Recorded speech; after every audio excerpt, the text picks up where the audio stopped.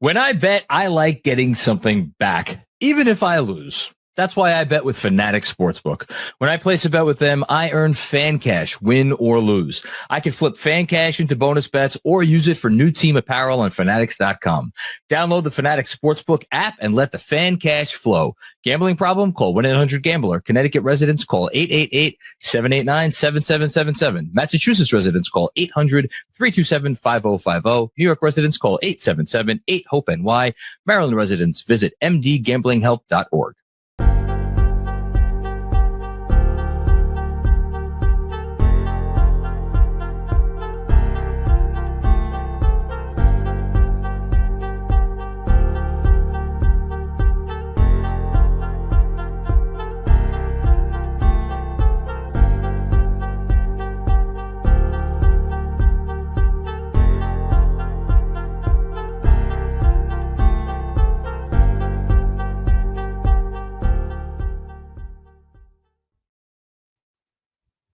Hey there, Knicks fans. How you doing? It's your boy, Jonathan Macri, with you for a free agency live stream, the thing that we do once every year. Sometimes it's a very active session, as it were. And other times it's going to be whatever the hell today is going to be. I am, of course, joined for the fifth year in a row. Jeremy, help me out here. But by Jeremy Cohen. How long have we been doing this together? I have no idea. I just know I look forward to it every single year. And then it arrives. It is always fun, great. Right? It is. We get to go out here and do a live stream. My favorite one, and this is not even because it was like, oh my God, this is amazing, was when we did it. It was, 2022, 2023? I think it was 2023 when they signed DiVincenzo. And we had just wrapped our stream. We did it for a while. And we're like, all right, it's fine. We're going to wrap up here. And then maybe 10 minutes later, we had to come running back for a live stream. So hopefully we can just get it in one fell swoop. That'd be nice. But it doesn't usually work out that way. It doesn't usually work out that way. Although we have already gotten some reports about some players that the Knicks are interested in, and that those players may be interested in the Knicks. It's amazing. Every year we do this. In fact, every year the free agency has been a thing in its current form. The same thing happens. These players and these teams pick the perfect time to get ESP. And it's almost as if they know exactly what the other is thinking, all of their innermost thoughts and desires. Because obviously they're not allowed to talk. And if they did talk, that would be a gross violation of league rules, and no one would ever do such a thing.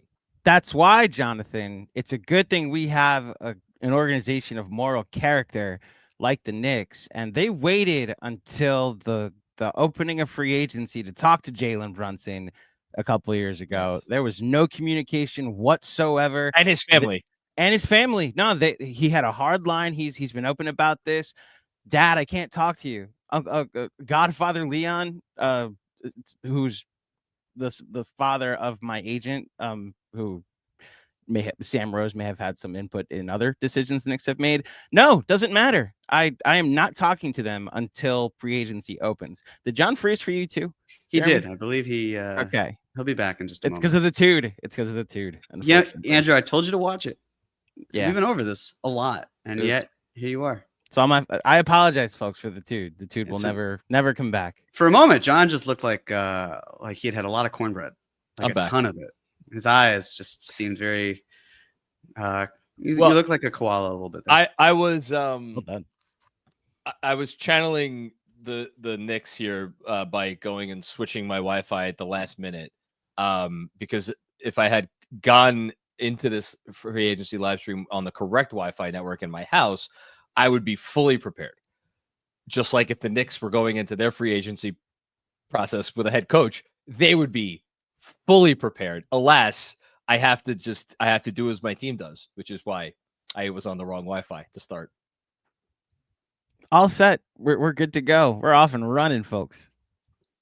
All right. What should we start with, Jeremy? Do you want to?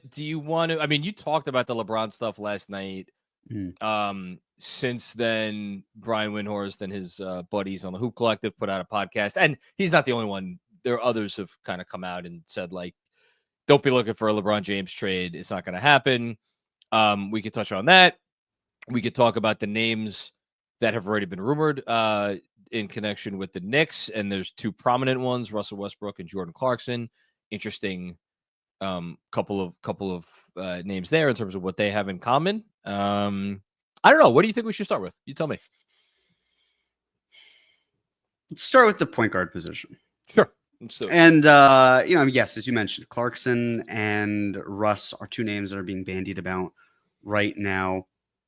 Throwing fit aside, just for the moment, the Knicks were dead last in points per game coming from the bench. So it's very clear that, assuming both of these players are players Knicks have interest in, they want to add more of a scoring output to the bench. That is... If one of those names lands, that's a clear sticking point for them. Then you get into the fit of it all. And that's what's so polarizing to me. Why don't we start with Russell Westbrook? Sure. And we should say Russell Westbrook, off the top of your head, don't think too hard. How many years ago did he win MVP? So 2016? 2018? Well, yeah, no, you were 2016-17 season, so I'll give you credit. Yeah, 2016-17 season. So it has been a little while. We are now, I think it has been more years since he won MVP, since the amount of years that passed in the beginning portion of his career before he won MVP. So it is clearly very much in his rearview mirror. Not that he is a complete stranger to awards votes in recent years. He received some Sixth Man of the Year votes 2 years ago when he split the year between the Lakers and Clippers. He finished 7th in Sixth Man of the Year voting, not this past season, but the season before that. And then this past season, I'm actually not sure if he was even eligible for Sixth Man of the Year voting because he started 36 games. And off the top of my head, I know I should know what the drop dead number is, but I don't know what it is. But in any case, can I be honest with you, Jeremy, and all of our people watching and who will be listening to this whenever they listen to it? This is how I know that I am still pretty broken by the way the year ended, and maybe to a lesser extent by how the last several weeks have kind of gone with the news cycle. Russell Westbrook is quite literally my least favorite player in the NBA. I want to be very clear, not least favorite person. I actually think Russ comes off as an incredibly delightful guy. I enjoy watching him interact with the media. I think sometimes he can be incredibly thoughtful. I think he is an incredible teammate. I don't know that you'll find too many players playing today that have a better a more universal approval rating around the league than Russell Westbrook, because he goes out, he gives it everything. But so I'm just talking about in terms of when I watch him and I think about if this player was on my team, how would I feel? There is no one currently active in the league lower than Russell Westbrook. And we can get into some of the reasons why that is.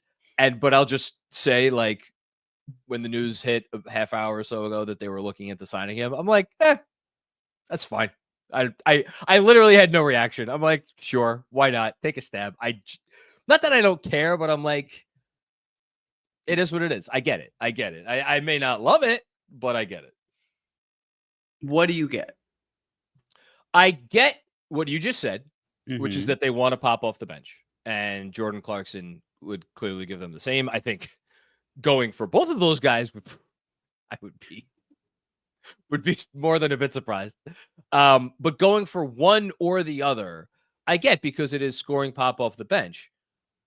What is obviously interesting, and I think this is what you were angling towards, for as much as both guards have the general outline that is similar, which is again, scoring pop off the bench. You want to be careful about which lineups you play them in, because you want to amplify their strengths and minimize their weaknesses, so on and so forth. You can't really find two players that are more different in terms of how they go about their offensive game. Defensively, they're both kind of train wrecks at this point in their career. Jordan Clarkson's been that way for a while. So I mean, if you were someone who went into this and you read those two names and you're like, huh, I already kind of had concerns about this front office's process over the last few weeks. And now it just seems like they're going after the glitziest name that they could get at the guard spot to come off the bench. I could see you having some concerns with that. And also the fact that they don't have a coach. And I would imagine if they had a coach, that coach might have a preference for someone like Jordan Clarkson, who obviously lives in the short mid-range and he's very adept pulling up from above the break, versus Russell Westbrook, who is the just human embodiment of ball to the wall.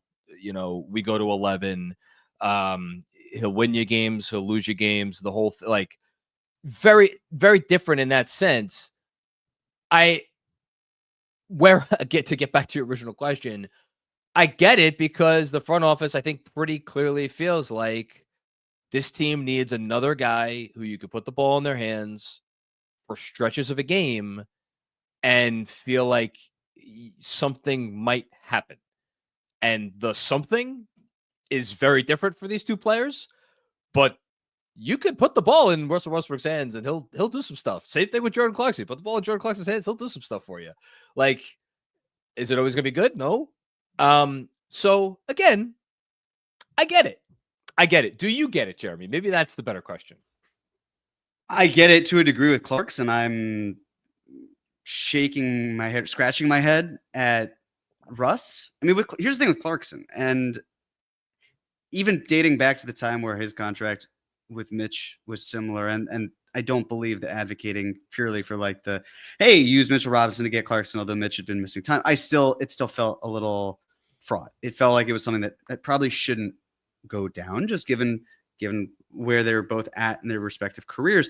With Clarkson on a minimum contract, he's a guy who he can create with the ball. He can hit open shots. He can find guys in the corners. Russ, to me, just goes downhill, and that's about it. He hit corner threes last year at a rate that was very unprecedented. He was very much an outlier candidate. So if he's maybe converting at the rim, but the rest of his shot chart is just a mess, I'm trying to figure out where exactly the value is. And I understand, of course, that he had good moments with Denver. And yet we're going to be talking about what, 36, 37? You get older in age. The way that you have to look at this is, okay, one of these players is an 82 game player. And I'm not relying on them. Do you want depth? Great. We can't get postseason depth. Then we're going to have to get regular season depth, and we can figure it out at the deadline. But for Clarkson, I get it more, certainly. And I think there's a steep drop off, especially when you look at Clarkson, some of his advanced metrics.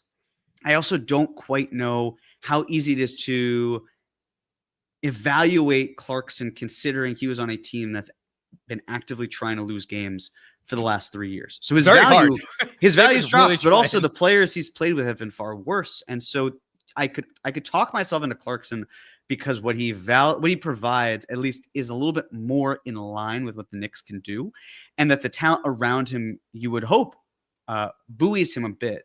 But with Russ, the biggest question for me there is also, okay, you get Russ in the building. We already have thoughts of how are you playing Josh Hart with Mitchell Robinson. Now you're talking about Russell Wilson, when he plays for the Giants, Russell Westbrook, who is another player with spacing concerns. And now that doesn't have to mean that Josh Hart and or Mitchell Robinson is still here. Obviously, you're not signing Russ just to move those guys. They're fluid I was about to say. Right. But but the point I'm making is that you'd have to find other pieces moving in order to feel a little bit more comfortable about it. And if you're moving Hart, what are you moving Hart for? And if you're moving Mitch and you're adding someone like Clarkson, then from a defensive standpoint, where are you insulating Clarkson? Because we know that his defense is going to be on the weaker side. And so it all depends. Russ defensively I don't know that he was ever a great defender. No. It was definitely a time where he was a good defender, albeit one who gambled more than he should have. I'm not looking at it. I would guess he made a few all defense teams. But I'm not 100% sure about that. Regardless, Russ is not a good defender either. I think he'll give you a little bit more than Clarkson can give you at this point in his career. But he finished He got votes For for Defensive Player of the Year. For whatever it's worth. I'm just gonna throw numbers at you. You can treat him however you'd like. But when you look at his and then I'll answer what you were saying because when you look at his defensive EPM over the last handful of years, last year 62nd percentile, the year before that 86th, the year before that 66th, the year before that 25th, 76th, 84th, 88th, 82nd, 89th, 87th, 64th, 78th. I mean, you keep going back, but this is a guy who was not a slouch defensively. You bring him in for not expecting great defense, but you can get palatable defense. That's fair. But then it's the trade-off on the offensive end and just some of the plays on offense where you're just letting Russ be Russ. And like, that's maybe not what we should do. I don't understand what his train of thought was there. He just kind of was impulsive, but that's been his whole career. That's so a little peer into my psyche. Why people watching might be like, really, Russell Westbrook's your least favorite player to watch? The guy plays so hard. What do I value above everything else? I value playing hard. There is actually one thing I value above playing hard, and that's playing smart.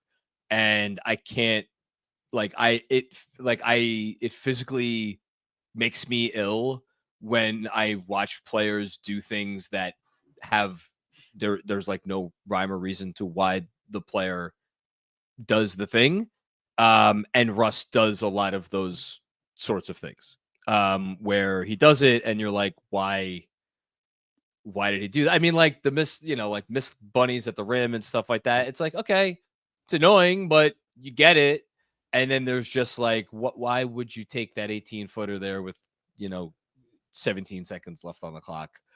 And I mean, there's just no reason to do it. Like, it's the stuff like that, but Russ only knows how to play one way, and he's always going to play that way. And at this point in his career, there's no coach that's going to coach that out of him. So again, whatever I say about Russell Westbrook, please, I don't want you or anybody watching this to mistake it for me being like, yes, I want this, make this happen. If you're asking me, what do I think that they are thinking in the front office?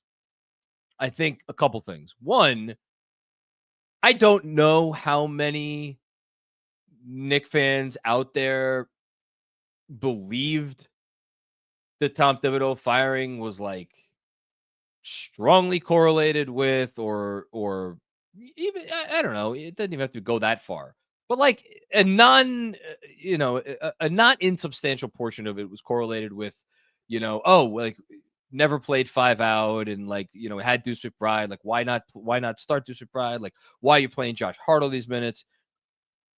I think if they go and sign Russell Westbrook, you could be pretty sure that any misgivings that they had about Tom Thibodeau playing Josh Hart, like the minutes that he played him, they were probably small potatoes compared to whatever other reasons that Tom Thibodeau got fired. Because you can't make a signing like Russell Westbrook and say that you as a front office care about things like optimizing spacing. Because here's the other thing about playing signing Russell Westbrook. And again, maybe next year is the year where he comes in and he's like, you guys want to play me 12 minutes a night? Totally fine. I'm here for it. You need me to play 3. You need me to give you the campaign run tonight. 3 first half minutes. I'll sit my ass on the bench. I'll be smiling the whole time in the second half.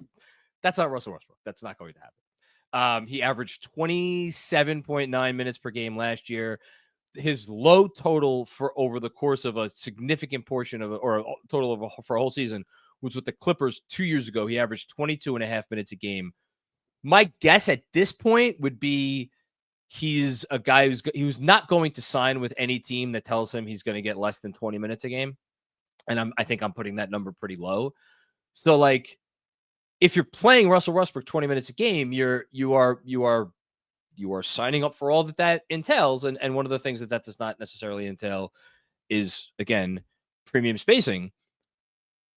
What it does tell me is that the front office maybe thinks, and I think this is where the Clarkson thing kind of, again, where I could see some similarities.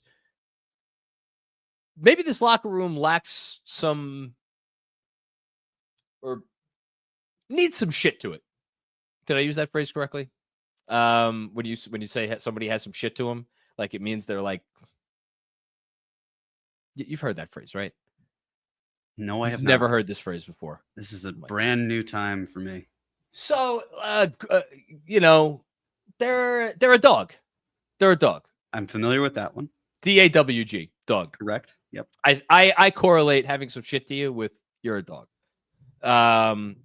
Russell Westbrook very clearly is a dog, and he has a lot of shit to him. And I would even go so far as to say Jordan Clarkson, once upon a time at least, when he played for or on teams that cared about winning, he kind of had a little bit of that too. A little bit of that swagger, like, I'm going to come in off the bench and I'm going to be the best player in this gym. That's Jordan Clarkson. Just like Russell Westbrook. Russell Westbrook believes every time he steps foot on the floor, he's the best guy in the gym. I think if these are the two guys they're looking at, my guess is they value that. And Russ has also been known as a very good locker room guy. I don't know anything about Jordan Clarkson. I don't know anything bad. I don't know anything good. I just don't know anything about his reputation as a locker room guy.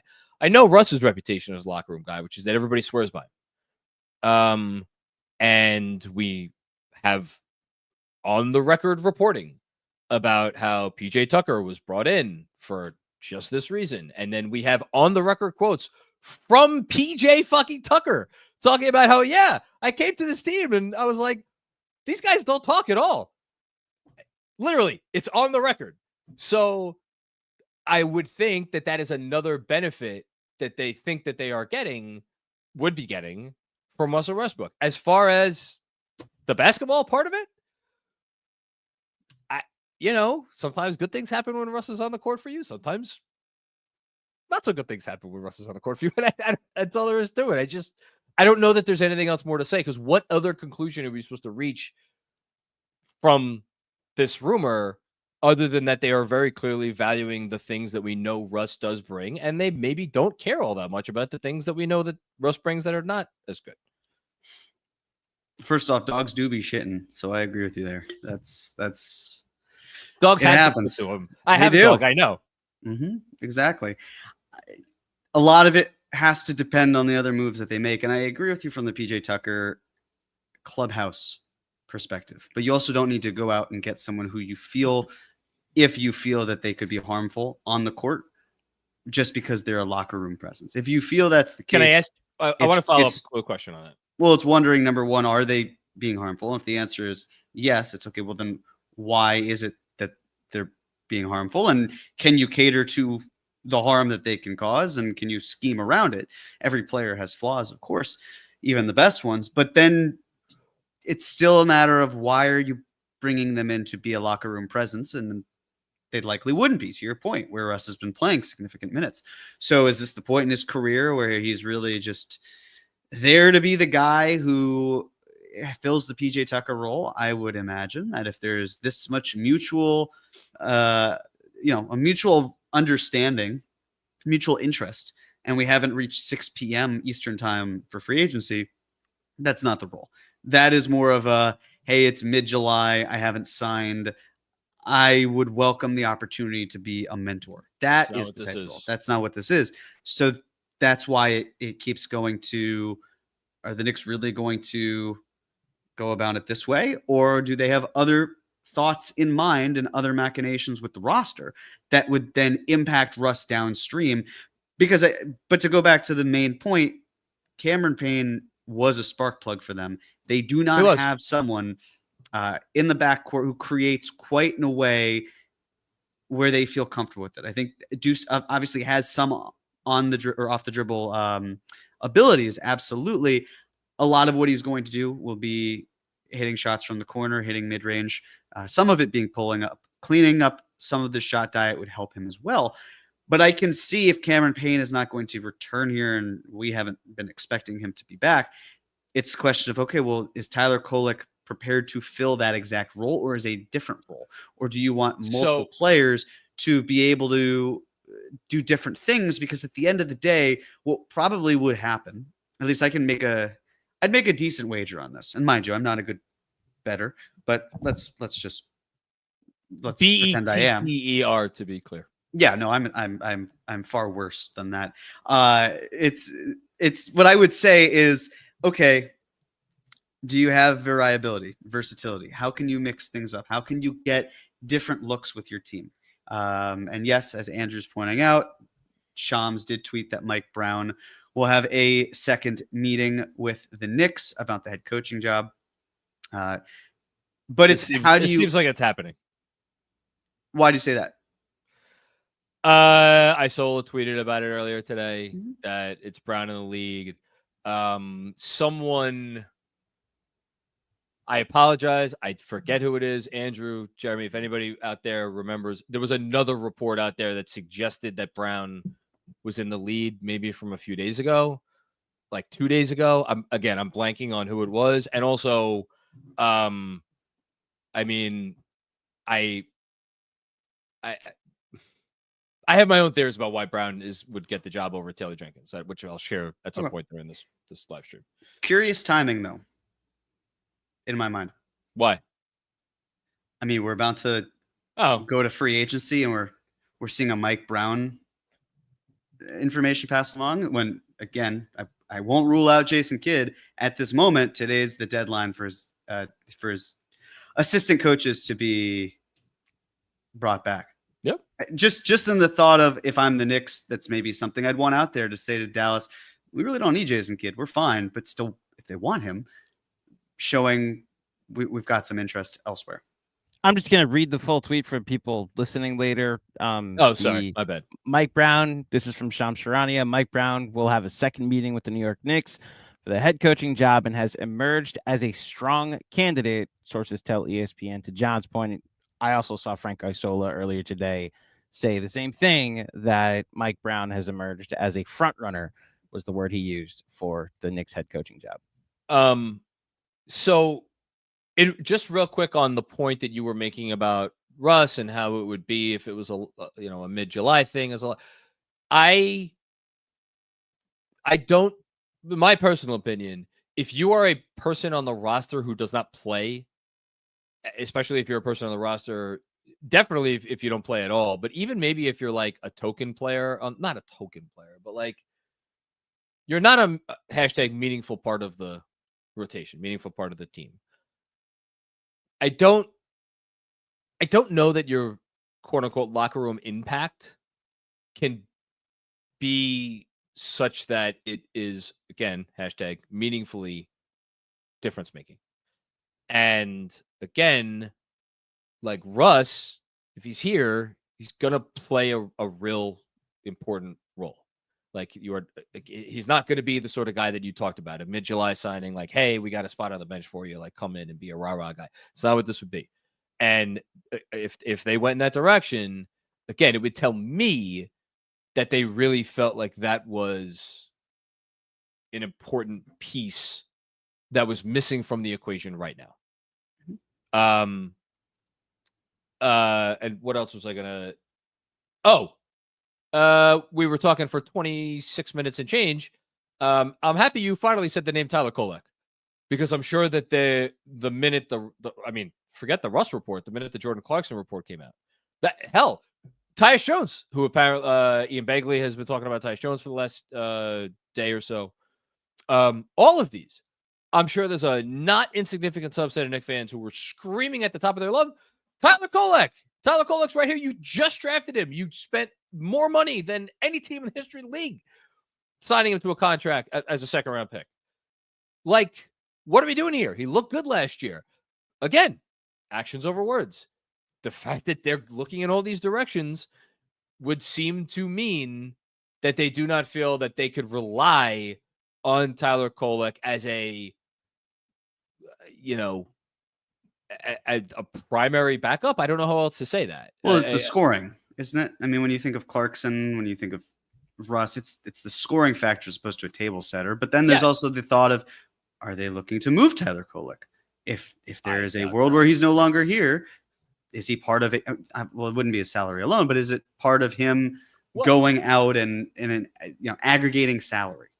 Or is this a complete and total dismissal of the thing that I would argue has defined Tom Thibodeau, or it did define, got to start talking in the past tense, did define Tom Thibodeau more than anything else. I would argue that this defined him more than the need for a rim protecting center, which, by the way, he went away from this year because he played Cat at the 5 most of the year. the absolute refusal to have two quote unquote small guards on the floor at the same time. And maybe the front office is like, we've always thought this is ridiculous. It's a guards league. We're going to have defensive challenges regardless of the personnel that we put out there. We are an organization. The second we made the Cat trade, we laid our path. We need to be the best offense in the world. If we're going to win a championship, we need to be the best offense that there is. And maybe all of this the dalliance with Westbrook, with Jordan Clarkson, with Tyus Jones, is a sign that, like, hey, shit, Jeremy, for all we know, what if Mike Brown came in for that interview and like, hey, we don't have many requirements. One of them is that you're going to start Deuce McBride at the 2 next year. I don't think they did that, right?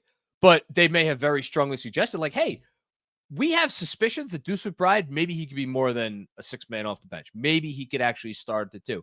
And maybe the fact that they're looking at these guys, maybe it isn't a dismissal of Tyler Kolek. Maybe they just feel like, hey, we're going to be one of those teams that has multiple guards on the court at all times.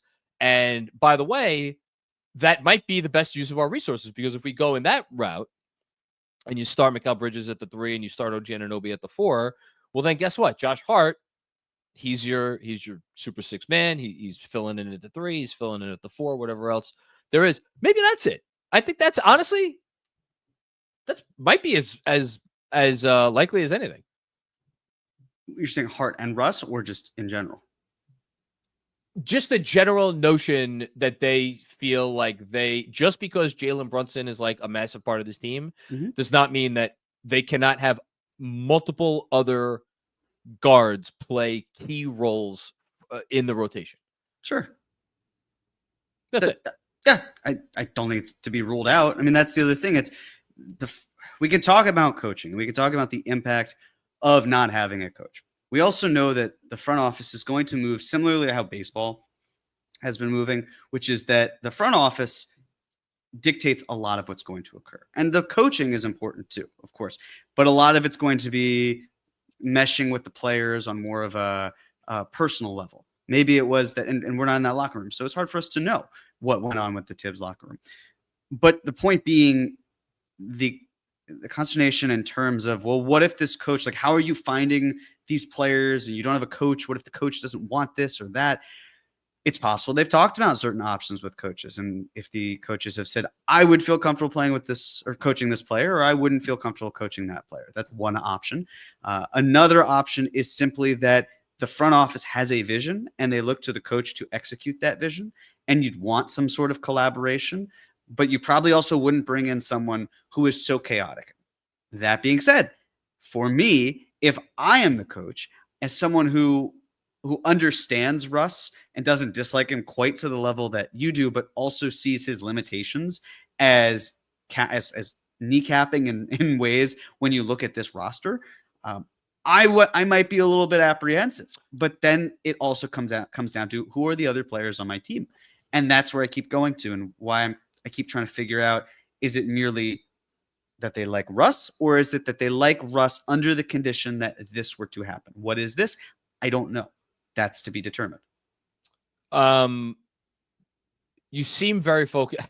I'm not saying that this is the wrong approach. This is the correct approach. You seem very focused on the Russ Josh Hart thing. Yeah, I am, because I think it would be a nightmare to balance. I'm just going to say Mitch and Huck Porty as well.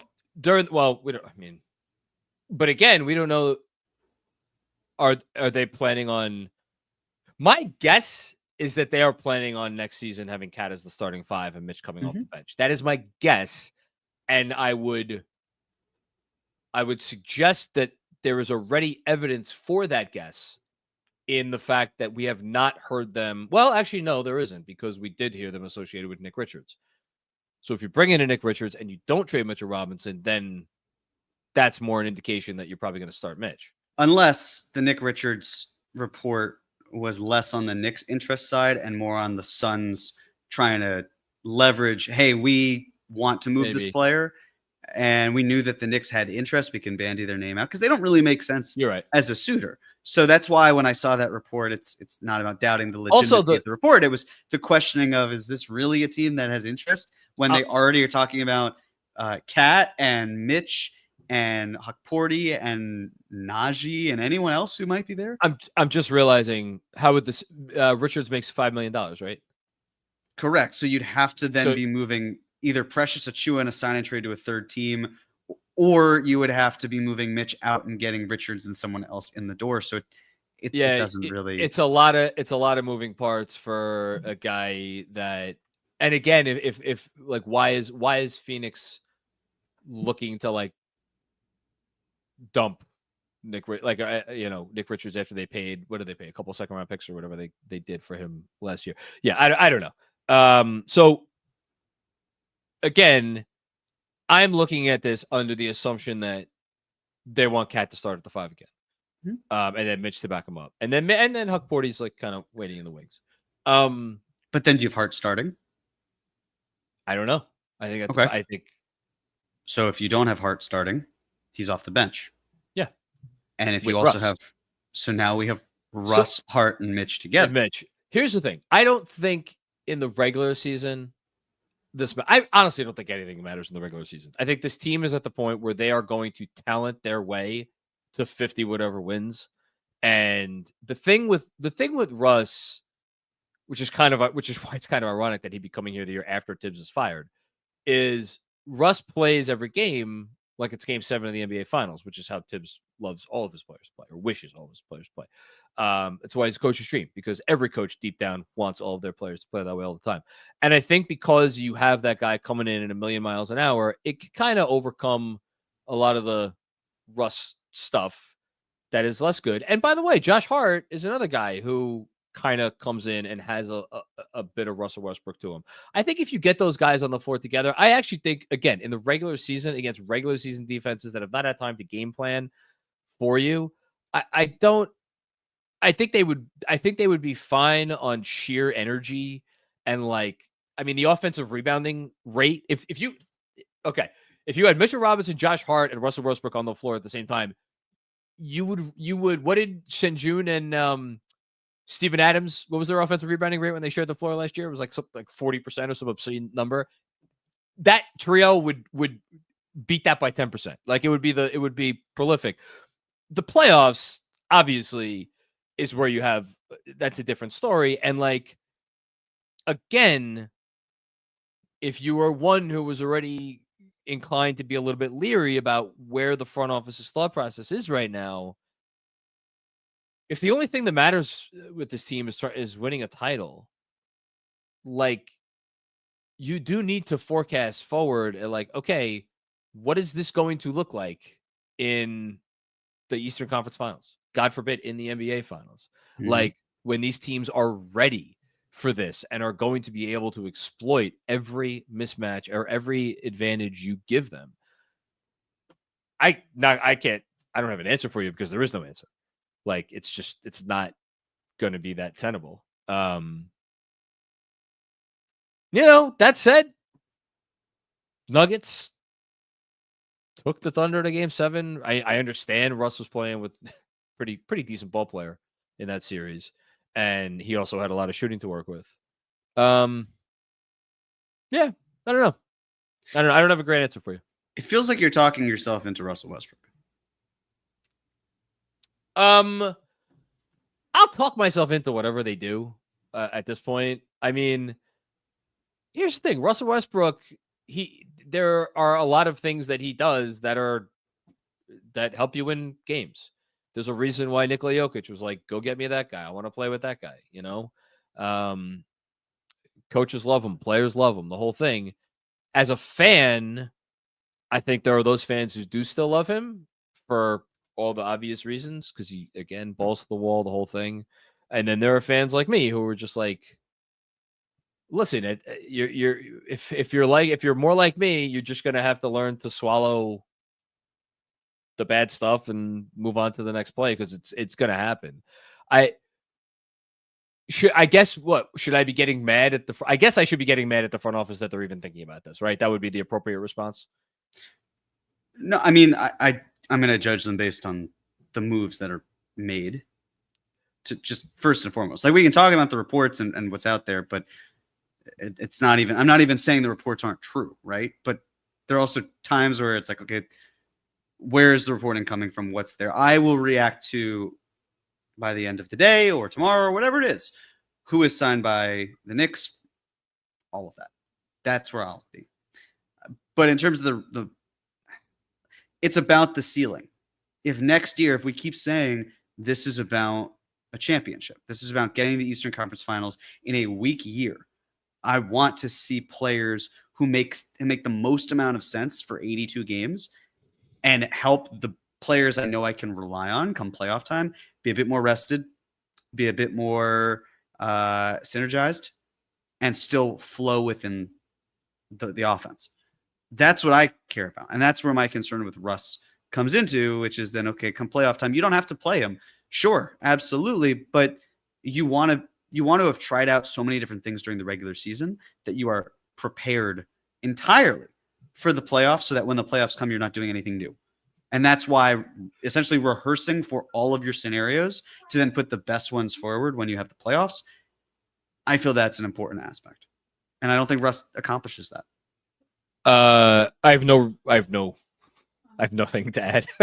I just again, maybe we'll get some really insightful super chats today. And I guess we should probably start on some of the super chats so we don't go for too long, especially once news actually starts breaking.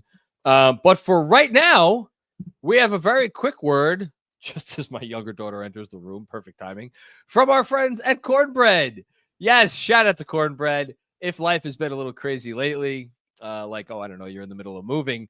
You want to know one thing that can help you unwind? Well, it's something that helps me unwind, and that is Cornbread Hemp's CBD gummies, which are a natural way to relieve aches and discomfort. And best of all, they are formulated to work with your body, not against it. If you've tried everything under the sun and you are looking for peace of mind, you know what? I think Cornbread Hemp CBD gummies might be the thing for you. For me, there's something I take before bedtime every night to help make sure I get a good night's rest. They help me with stress. They help me with sleeplessness. They help me with general discomfort because I am an old man. Well, guess what? Cornbread Hemp's CBD gummies make me feel less old. Right now, Knicks Film School listeners could save 30% off of their first order. Just head to cornbreadhemp.com/KFS and use code KFS at checkout. Again, that's cornbreadhemp.com/KFS and use code KFS at checkout.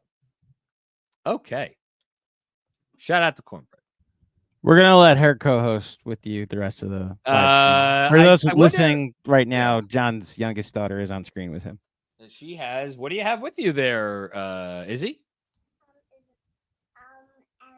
You have M&Ms. Better than gummies.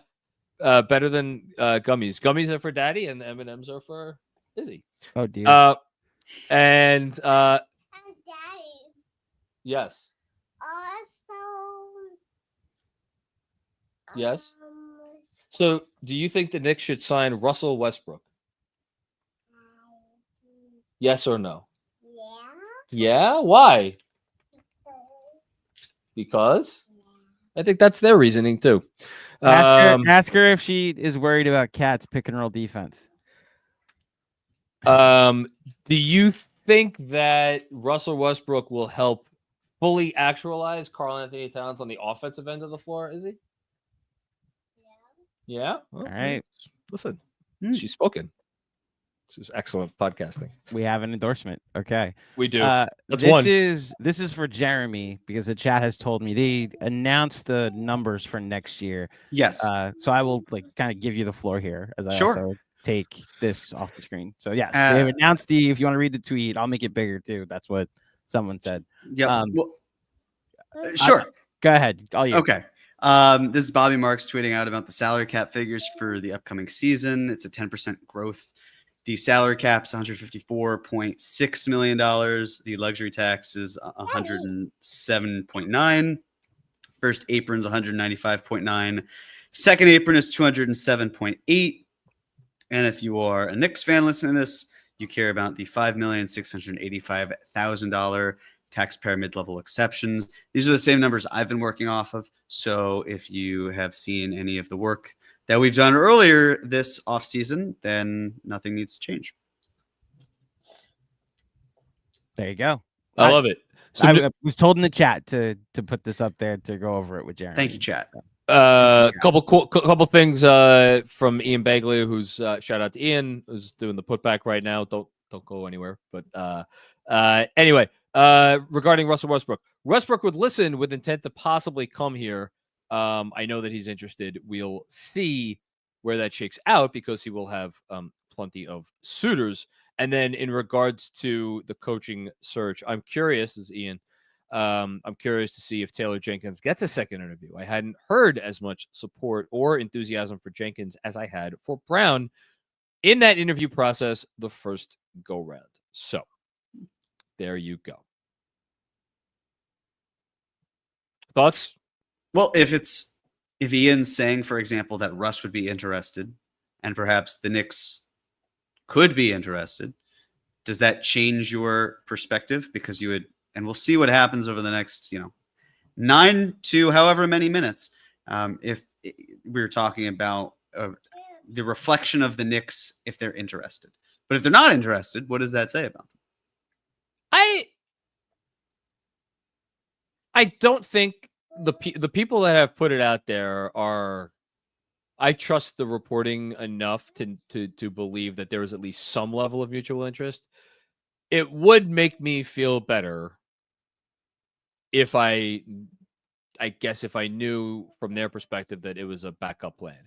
If I really, really wanted to think long and hard about this, the only thing that would really make me feel better is if I knew it was Clarkson and Tyus Jones in some order in 1 or 2, and then Russell Westbrook third after that, again, for all the reasons that we talked about it. And yet, at the same time, I also know that, like, my own personal feelings about Russell, I'm going to screw up his name so many times. Russell, because I've never had to say it this many times in a short span of time. Russell Westbrook, those are just my feelings. I watch the game a certain way. I like what I like, and I don't like what I don't like. Like, that's just my viewpoint. Like, we could sit here and we could agree that against a playoff defense is going to figure out ways to exploit for their advantage the fact that Russell Westbrook is on the floor, especially if he's with another non-shooter or shooters. But I don't know, man. Guy's been in the league for a really long time. Players and coaches all seem to love him and love playing with him. If on the players' side, who the fuck are we to sit here and completely discount that? Well, you said Jokic was dying to play with him, and they did. And now there's the question of will he be back? That experiment, has the experience of playing with Russ been too much for even one of the top 2 players in the NBA? That's what's worth questioning. But real quick, another thing to add. Bobby Marks also tweeted, sources confirmed to ESPN that the salary cap in 2026-27 is projected to increase 7%. The maximum allowed is 10%. So with the salary cap increasing at maybe a lower rate, that's not great for a team if you're like the Knicks, where you want to have spending. Salary cap is up. First apron's higher than that. Second apron's higher than that. If they're going over, there's all sorts of planning that needs to go into this. That being said, I don't think that the report we got is going to be as much of a surprise for the 30 NBA teams as it might be for all of us. They have internal planning. They can project. They're going to learn more about this than we are. But that's the official number that we're seeing, at least for official numbers for this year, projections for the following year. Yeah. Do you want to talk about Clarkson for a sec? Or do you want to wait until we get some more news on him? We've got 6 minutes, so we sure. can wait. No, okay, we should wait and do a quick ad read for Fanatics Sportsbook, and then there'll be plenty super chats that will bring up both Russell Westbrook and Jordan Clarkson. Let's start with a super chat, a fan cash super chat from the fine folks over at Fanatics Sportsbook. Here's $100 in fan cash. As discussed last night on Cream, Cap rules everything around me. The Knicks currently have the second. Oh, wow. They have a typo in there. the second of they have a typo. The second best odds to win the East at plus 300. This is behind the Cleveland Cavaliers, who are at plus 250. What move or moves would you want to see them make that would put them ahead of Cleveland in your mind?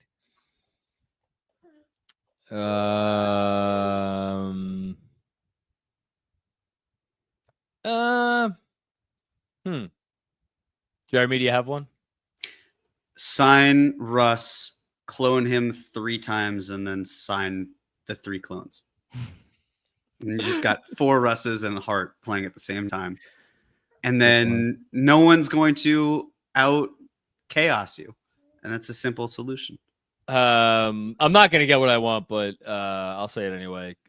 Sign Kevon Looney. I freaking love Kevon Looney. Kevon Looney. Interesting. You think I just just putting them ahead? What's that? You think he's the one? The Knicks are Kevon Looney away from being better than the Cavs? No, I mean, I think you could make an argument that the Cavs and Knicks, it's kind of a toss-up, but Sure.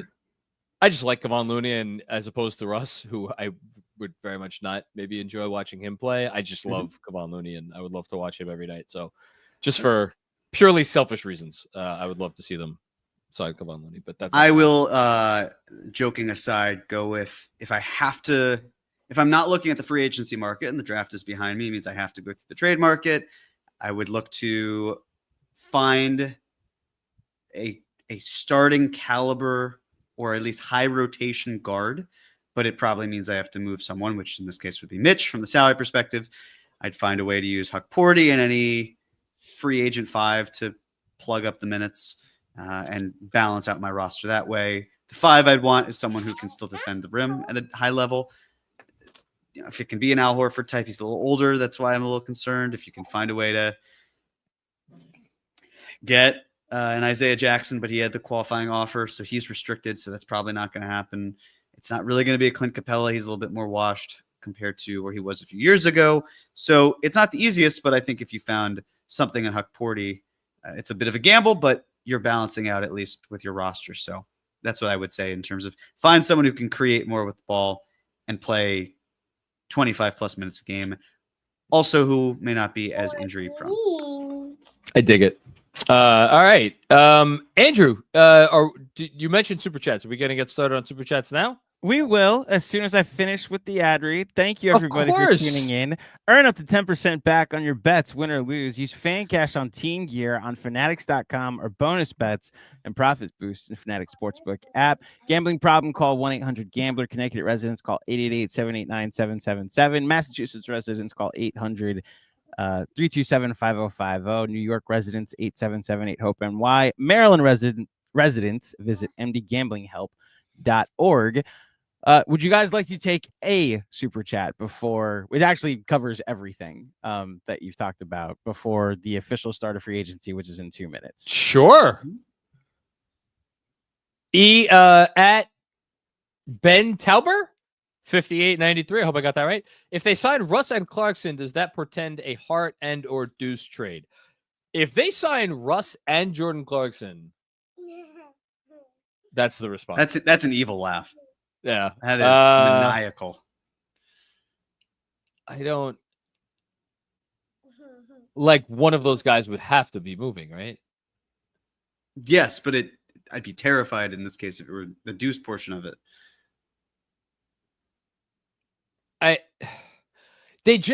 don't see this. I just don't. My honest, genuine response is that I don't see that as a realistic possibility. Them signing both Russell Westbrook and Jordan Clarkson, because that would seem to portend a level of upheaval that we have gotten just absolutely zero indication of. Sure. Which look, again, Leon Rose moves in silence, right? You never know. No. So we have 1 minute before free agency starts. I'm going to ask you for a prediction. Oh, and then I guess we're Sam G91 asking how Clarkson fits on this team. We talked a little bit. He'd basically have the Cameron Payne role, I think is the best way to put it. A guess. Who do you think the first name is that gets tweeted out at 6:00? Anyone in the league? Anyone. First name off the board.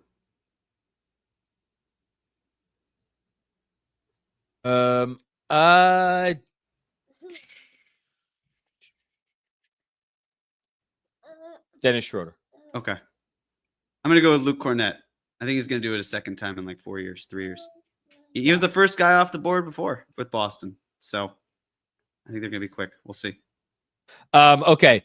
Here we are. Just to answer how does Jordan Clarkson fit on the team, I just want to add, like, I think he's just a very prototypical bench guard. And the one thing, the one thing we've been talking for an hour almost, and we haven't pointed out the fact that, like, another thing that both Russell Westbrook and Jordan Clarkson share is that they both pass the ball decently. Obviously, Russ is one of the most prolific assist guys. I noticed I did not say prolific passers. I said assist guys in the history of the league. He is a very good passer, though. And Jordan Clarkson's, I mean, certainly for a combo guard, he's very good. So, if you're looking to juice the offense a little bit, get a little bit more ball movement in there, then, so I think it's basically like if they sign Clarkson, I would think like it's like almost like campaign, less pick and roll maestro, more creating on his own. In short, could be. Yeah, we'll see. Yeah, could be. Who do you? So you think it's gonna be Cornett? Okay. 6:01, and we still do not have a signing yet. We don't have a trade. It's pretty boring. I don't know. We're just sitting around. All that talk about this. Just two dudes hanging out. Okay. Well, in the meantime, we will continue taking some super chats. Oh, hold on. This is a much bigger deal. Zach Lowe replied to Andrew Claudio on Twitter. Come on. That's the most important thing that's happened today. Yes. And Zach, respectfully, I really don't want to think about them right now. That's the Mets? Response? Why? Yes, them. Oh, the Mets. Because they're awful, Jeremy. I'll give you the what you want, okay? The Mets are awful. They suck. Juan Soto was a waste of money. Every single thing is wrong. They spent all this money on one player that is basically a DH, and now they're stuck at 11 games over 500, losing 30-4 in a weekend series against the worst offensive team in the sport right now. Oh, okay, but to be fair, it was the Pirates, right? Yes, them. Okay, well, but clearly they played against Paul Skeens this past week. No, right? they didn't. They played against a pitcher that was 1-10. Now he's 2-10. 2 of his wins are against the Mets, and they scored 4 runs against that team while allowing 30 to one of the worst offensive teams in the sport. I'd say now look, Juan Soto just had one of the best offensive months in Mets history. So as far as I'm concerned, like, I'll get over it eventually. But this has just been a rough 2.5 weeks, Jeremy. Okay. These are the moments where I remember you saying 15 years of Juan Soto. We've got 15 years of Juan Soto. Cry about I still do have 15 years of Juan Soto. Do, but right now, I'm not enjoying the first year. Okay, Jeremy? No, it's not great. Come stronger. Come on. Yeah. Make fun of the pitching that they spent all this money all right, on Juan and didn't get a pitcher. It's enough. That's my answer, Zach. Yes, this current version is cooked. Thankfully, we have an owner that spends money, unlike our big brother across town, and he'll make up for it at the deadline. Yankees have been spending money. All right, enough. Kevin Danishevsky says, "No Russ, please flame the FO." I think that means the F off. If that happens, front office. Oh, flame the front office. That's what he's saying. If that happens, thanks. I mean, we kind of, went through it just now. I have a prediction, by the way.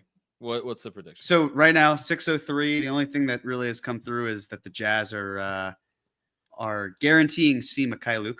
Once a Nick, always a Nick. Who tweeted that out? That was Scotto and retweeted by Keith Smith. I wouldn't be surprised if the whole league was saying, "Hey, you know what? Let's act like we're not tampering here. Let's feed people information, not at the buzzer." So it's not just Shams going through his drafts and just going send. Of course, as I say that, do we have something? No, we don't. No, we don't. So perhaps there's the kind of message of like, let's be chill. Let's ease into it. We don't need to go straight to it. Let's have some foreplay. Let's go in that direction. You know whose entire season is going to be a lot of foreplay next year? It's the Utah Jazz. That's true. Oh, here's the thing. Chris Haynes saying the Kings have arranged meetings via Zoom to talk with Schroeder and Westbrook. Kings are looking to looking acquire both, but have other point guard options to speak with.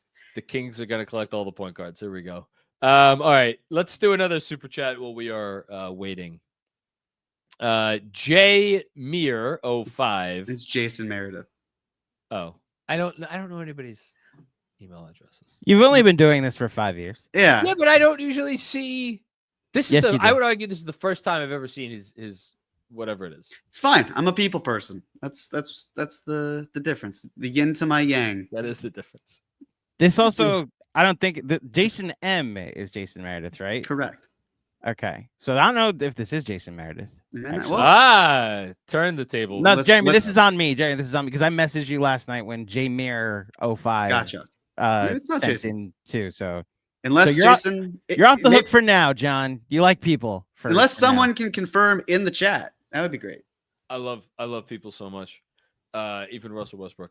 For old time's sake, let's all laugh at the Nets. So drafting 5 ball handlers is hilarious for sure in the first round. I'm going to pivot and allow Jeremy to replace the N with an M and take your time to laugh at the Mets if you'd like to. I will good. not be doing any such thing. You know why? Okay. Because I believe that I really have to focus on my team, the New York Yankees. I won't focus on the Mets. I didn't bring up the Mets on this podcast. I just didn't to be either. clear. Zach Lowe did. Right. Well, right. I'm just saying. I did not bring up the Mets. I did not even bring up Juan Soto. So the Yankees, they won 2 out of 3 against the Athletics. It's nice. You wish it were 3 out of 3, but you'll take the 2. Stumbling around for most of June. Maybe July's a little bit better for them. I see you're stumbling around for most of June, and I raised you 3-13 in their last 16, Jeremy. You're right. Tampa's a little close, but the good news is that Tampa will be playing on the road for much of their remainder of the season. They'll be playing on the road the entire season because they're Yeah. playing in the Yankees minor league ballpark. I gotta Yeah. tell you, if I wasn't already desperate for some news to break, I really am now to hear you guys talk about baseball much longer. Kelly Eco, the Houston Rockets are re-signing veterans Jeff Green and Aaron Holiday to 1-year deals at the veterans We knew minimum. that. Yeah, we knew that was probably going to happen. We have a coaching super chat if you'd like to go to that next. Sure, let's do it.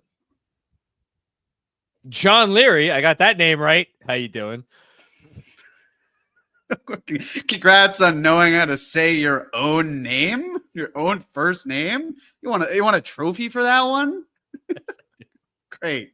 You take that one right there, right in the corner, right behind me. You can have that one. It's a nice looking trophy. Thoughts on Mike Brown's fit? Isola and Fisher reporting seems to indicate it looks like it's heading that way. On Westbrook fit, I don't like it. Yeah, I'm curious if we get any Westbrook supporters today. If it happens, maybe it won't happen, and we won't have to deal with any of that. But regarding the Mike Brown fit, real quick, by the way, Chris Paul plans to decide between the Suns and Clippers, 2 of his former teams. And then Ian Begley reporting that Detroit is in solid position on both Karis LeVert and Duncan Robinson. Okay. I did a not a deep dive on breaking down like Kings film. But I did go down the rabbit hole a bit on Mike Brown's coaching career and the other day. And I think it is very clear to me in terms of perception, he gets very little of the credit, and I don't want to say all of the blame because that's not true, but he really gets very little of the credit for the early portion of his career in Cleveland, coaching LeBron James. And you understand why that is. He had a 66-win team and a 61-win team. The 66-win team lost in the conference finals to Orlando Magic, and then the 61-win team lost in the conference semifinals as the 1 seed to the Boston Celtics. And those were 2 golden opportunities, and he wasn't able to make the finals in either year. I actually think, in retrospect, looking back at that specifically the 66-win team that lost to the Orlando Magic. Like, go back and look at that Cavs roster. I know it's a different league, and this is probably not even relevant, but like, you look at that Magic team, and everybody now looks back at that Magic team and is like, oh, they knew where basketball was going. They just got there first. Whereas you look at the Cavs team, and they started Zydrunas Ilgauskas and Andy Varejao together at the 4 and the 5. And like the second best player on that team was Mo Williams, arguably. So, and then the 61-win team, like they had like a 37-year-old Shaq. They had like a 30-whatever-year-old Antoine Jameson. Like that was not a great team. Won 61 games. So you look at that. You look at, his experience with the Kings, obviously. Even the 1 year he was with the Lakers, before the 5-game stint that got him fired the next year. Like, he is unquestionably a really good coach. Is there an extra gear to Mike Brown, where we think of some coaches have that extra playoff gear, like Spo, and most notable example, and like some others like Ty Lue, a few others I'm sure are coaching in the league today. I don't know. But I know everybody seems to like him. Players seem to like him. Seems to get along really well with front offices. And then one other thing, he has worked with in some less than ideal situations. Let's just say that. If one were to rank the 5 most dysfunctional franchises of the last 20 years in the league, one might have a great argument for both the Kings and the Cavs. I know the Cavs won a championship, but still. And they'd have a really good argument for the Knicks. And so the fact that Mike Brown has experience working for the Kings and the Cavs, to say nothing of the Lakers, who haven't always been a picture of functionality in their own right, like he's succeeded in some places that historically have not always been the easiest places to succeed. So I think that matters. I really do think that matters. I know, the Knicks are not the Knicks of yesteryear, but like, just like, go look at what's happened over the last several weeks. Like I would be happy if it was someone that knew how to overcome challenges, both internal and external. I'll say that. Makes sense. There's a lot of Mike Brown that I would need to brush up on for most of these coaches. So yeah, I'll take your word for it. He's a good coach, though. I mean, look, the guy's a 59.9 winning percentage, in he's coached however many games, a ton. Juanon, putting you on the spot, fellas. What's the dumbest move we're going to see today from an NBA team? Side note, prediction. I think we see Mitch souped since he's at peak value. # fire Westbrook. Do you think we see Mitch souped, Jeremy? I mean, if he's at peak value, he's probably not being souped. If he's at peak value, he's being traded. Like I don't mean this to be pedantic. I'm just saying if you want to extend him, you extend him. But I think the value portion is more of an argument in terms of why you would sell high, not why you would retain. But I'll say in terms of the dumbest move of the day, Kings being, I suspect the Kings will get Schroeder because it just makes sense. But at the same time, the Kings being or a team that's basically saying we want to be good, but we know we're not going to be good, and then getting caught in the 7-8 range of like the 7th or 8th worst team in the league, that to me would probably be the worst thing we're going to see today from an NBA team standpoint. Steve Popper. Yeah. Sorry. Yep. Not hearing it's done, but sounds like the Knicks have set their sights on Jordan Clarkson once he clears waivers. An unexpected find for them at a low cost after he was bought out by the Jazz earlier in the day. So it sure seems like it's going to be Clarkson. And if that's the case, purely from a Clarkson versus Russ standpoint, much, much more of a fan of it. Clarkson in general, you're giving him the Cameron Payne role, but then there's the question, of course, of where does a player like Kolek come in? And I don't mean that as in like you have to prioritize Kolek. How dare you? But also, why wouldn't you? So what are you going to do to involve these players? Clarkson on the minimum, fine with. Clarkson on his last salary, especially when he was expiring, less so. If it's just a veteran minimum, then I get it. You can get some value out of that. So, well, let me hold on. Let me answer Jordan's question. Dumbest move. I don't know that there's going to be a massive overspend. I think the dumbest stuff has already happened. Obviously, there's a lot of dumb stuff that happened on draft night. Can I say that the Jordan Clarkson? Let me even take a step back. Sorry, I misspoke. I was going to say Colin Sexton. The whole Jazz. Oh, well. Well, there goes that. The dream. Oh, well. Jaren Jackson Jr. agreed to a 5-year, $240 million maximum renegotiation, which had been long reported for whatever it's worth. Well, that was a fun dream while it lasted. Unexpected, but I'm sorry. The expected result, the unexpected one would be him being here. Is what it is. I think just the Jazz's gross mismanagement of assets over the last few years. Can I say that as my answer? Because that's my answer. Okay. What did I want to say on Jordan Clarkson real quick? So massive usage rate. I'm just going to go over his years in Utah. 28.5, 27.4, 28.7, 26.4, 29.0. That's just those are all usage rates in the 90th percentile or higher. He has averaged a lot of minutes, even last year, for a team that, he only played 37 games, so take it with a grain of salt. But even he averaged 26 a game last year.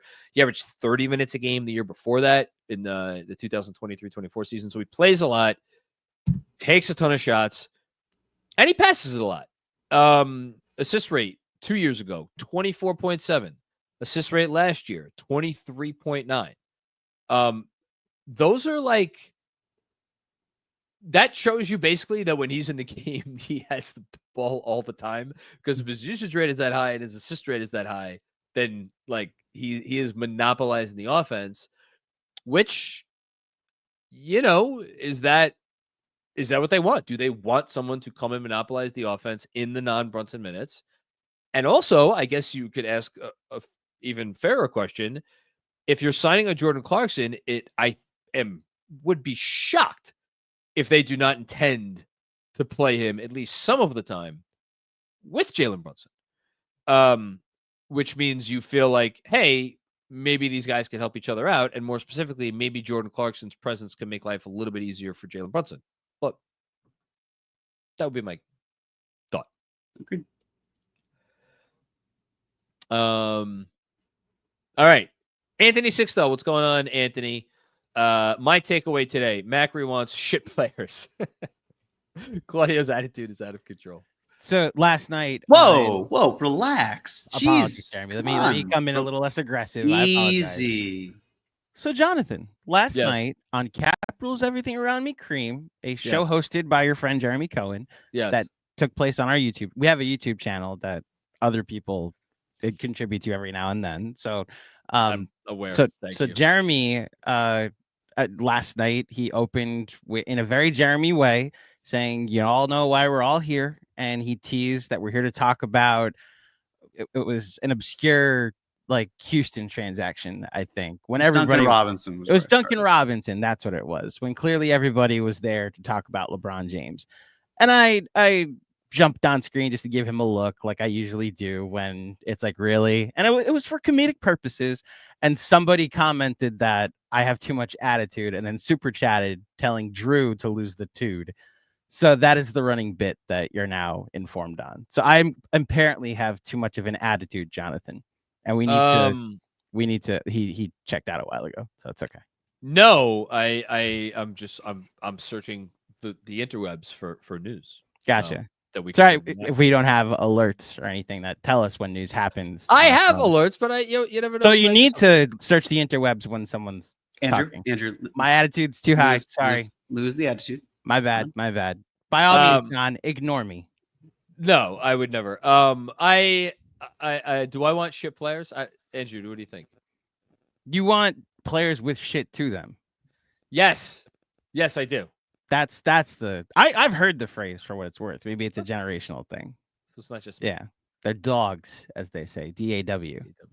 Yeah, Remember that that? wasn't a knock on you, Jeremy. It just Oh, might no, not be something that. It was the part where it was like generational. It's like, my brother, you're like maybe 7 years older. That feels worse for you than it is for me. I'm just saying, like, John's Oh, we got more news. 6 years older than me, and then That's true. you're 6 or 7 years younger. So there might be the gap there. What's the news? Santi Aldama, Jeremy, have you seen the number yet? I have 3 years, Oh, okay. $52.5 million. I think that's nice value. 3 years, 52.5 million. So that breaks down to 17 a year, roughly, right? Give or take. 17 and change. Mm-hmm. I mean, I think Santi Aldama is really good, and I think that there would have been. So this is an example of like no cap space teams out there other than Brooklyn, And Memphis. and Memphis, because they needed the cap space to do the renegotiation and extension. Yes. But like, I mean, teams never really make offer sheets anymore. But like 17.5 or 17 and change a year, that's like, I don't know. Santi Aldama is really good, and he's the sort of guy that like everybody in the league wants. Like he could defend a little bit. He obviously could shoot. He has good size. He's got some shit to him. All good things. All things that you want. He's a good player. He comes back. Yeah. Okay. Next up, we're gonna keep going along with the Super Chats. Riyadh 92. If I'm going old vet, give me Horford over Westbrook. Well, the reports today indicate that Al Horford is of interest to the Golden State Warriors, which makes all the sense in the world. I mean, he is such a Warriors type of player. I think that that would be a very good fit. I would have liked Horford too. That said, can you really pair, like, if we're pairing another big man with Karl Anthony Towns, can it be a big man that you can't rely on to really be the backbone of your defense in the way that Mitchell Robinson was last year? And I don't say that to disparage Al Horford's defense. Al Horford is still an above average defender. He's exceptionally good for his age and and what Boston asked him to do. I would have liked to see it just because I think he has, like, Cat and him clearly have a relationship, and like Cat respects him, and I think it would have been worth it from that perspective. Listen, maybe they get him. Who the hell knows? But I'm not expecting that to be the way they go. I would take Al Horford over Russ Westbrook. Absolutely. Yeah, I mean that should go Yeah. without saying, but yeah, agreed. What is this one? PDES 1587. Brown is so uninspiring. That's a clear downgrade. I like Mike Brown. I mean, he's uninspiring, I think, because he's been a coach in the league for 20 years and he's never won a championship, and he's been fired. How many times has he been fired? 1, 2, 3, 4 times? Mhm. Yeah, he's been fired 4 times. Never taken a team to the finals. So like, yeah, I get it. He's not what anybody would have expected when they fired Tom Thibodeau. I think he checks a lot of the boxes that this front office is looking for at this particular time. It's very hard not to get fired in the NBA at some point, even multiple times. Tom Thibodeau has been fired, 3 times? It happens. Very fair. Look, at the end of the day, whoever the next head coach is, I think, is not going to be defined by how great their X's and O's are. I think they will succeed or fail by how well they could get through to this group of players. And to some extent, how they interact with the front office. Because the front office is prominent here in New York, and if the relationship between a front office and a head coach is not as good as it can be, I just wonder what challenges that creates. But it's going to come down to can the head coach get through to the players? Will the players respond to the head coach in the way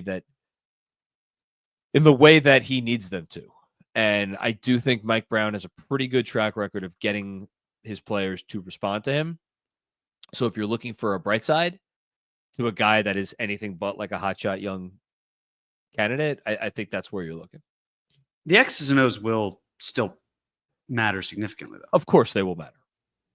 But I don't know. I don't think that they'll matter as much as what I kind of just talked about. I think this... The Knicks kind of got to the Eastern Conference Finals just based on largely talent alone.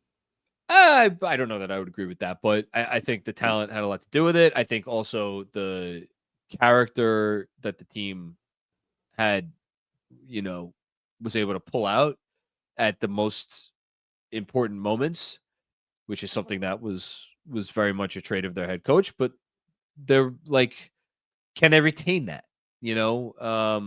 Under Mike, if it is Mike Brown, can they retain that quality that they had about them? I would hope so, and I would think so. They consistently played a lineup that lost the minutes. I think that, the fact that they had to overcome that is testament. And I'll just always go back to the fact that had nothing to do with X's and O's. That had to do with the fact that that something was not getting through to those guys, and I hope that whoever the next head coach is can get through to them. Purely a communication issue in your mind, not a basketball one. I don't think it was a basketball issue. I don't know what the issue was, but I know something was off about those guys, because never in a million years should a group of players as talented as the starting five was look as bad as they looked, as consistently as they looked, for just large swaths of games and of the season. But if different plays will be run for them, then doesn't that imply it's not? I don't think it has to do with the. Listen, we're always gonna agree to disagree on this. I just don't think it has anything to do with the plays. I think it had to do with whether those guys whether they wanted to be out there with each other. And I don't think they did. And ultimately, it's the head coach's job to get the players to buy in across the board and to go out there and to perform at their best, not only as individuals, but as a unit. And whatever Tom Thibodeau was or was not doing, he was not getting that 5-man unit to perform to the best of their capabilities. There is zero question about that. Whether it was, as you're saying, X's and O's related, or whether it's, as I'm saying, had to do with other things. The results were undeniable. And I don't know how anyone could argue otherwise. So whether it's Mike Brown has a better set of plays that he calls, or whether he just gets those guys more on board with a common goal and a shared purpose, and unselfishness and all the things that come with that, whatever it is, that's all that matters. Okay. Thanks, PDES. Yes. Hold on.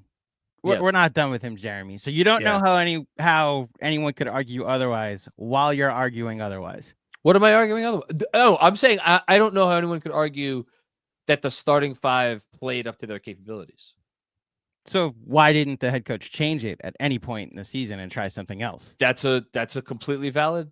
That's completely valid. Which would be an X's and O's decision, to Jeremy's point. To me, X's and O's is what are the plays that you're calling? So are you playing zone? Are you switching? Are you switching up the lineup and playing five out? Zone. I look at the lineup thing as a separate. Him not changing the lineup. Are you spamming Brunson Cat pick and rolls? Or are you not running it for 3 months? Yeah. Right. Okay. So things he didn't do. Which would be the X's and O's category. You're never going to get me to think that the basketball that we saw from those guys was a result of things that for instance, Tom Thibodeau was instructing them to not spam the pick and roll. I don't believe that's the case. I believe that was something within that group of players that they just did not want to do So for whatever reason. So I have a coach. players, not the coach.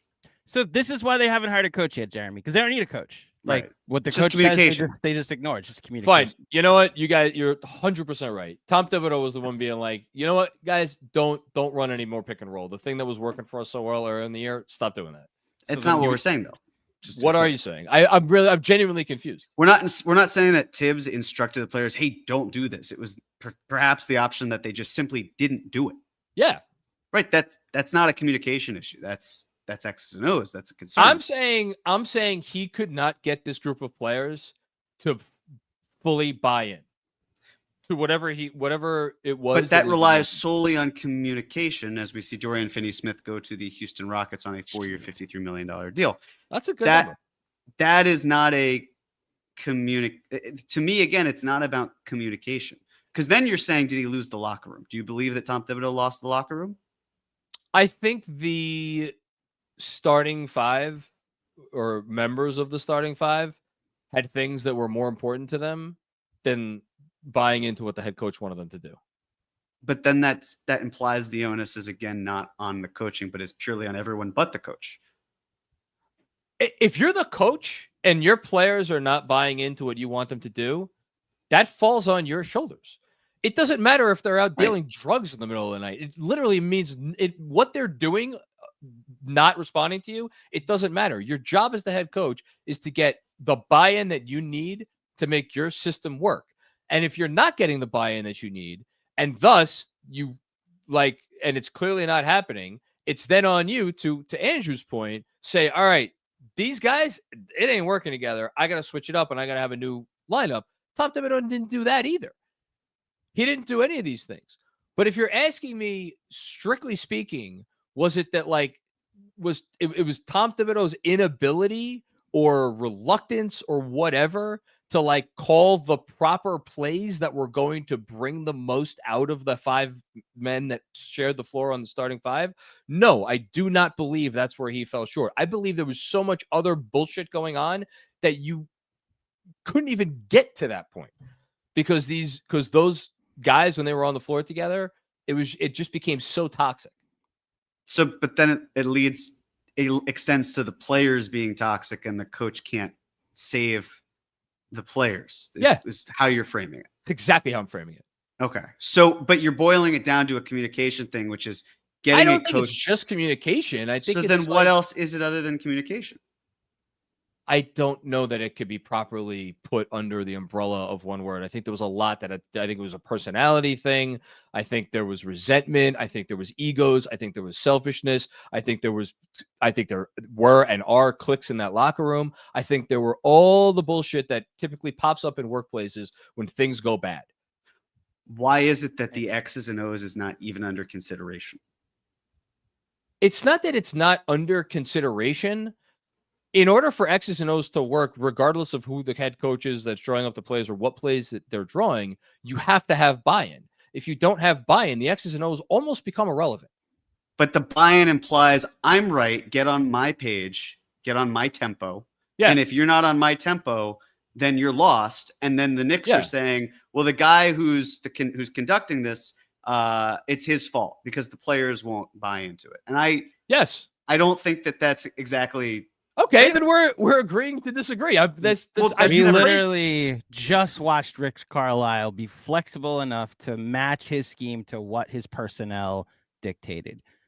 I get it. You are never gonna. No, I'm still talking. You are never gonna let Tom Thibodeau go, and it's fine. That is totally fine.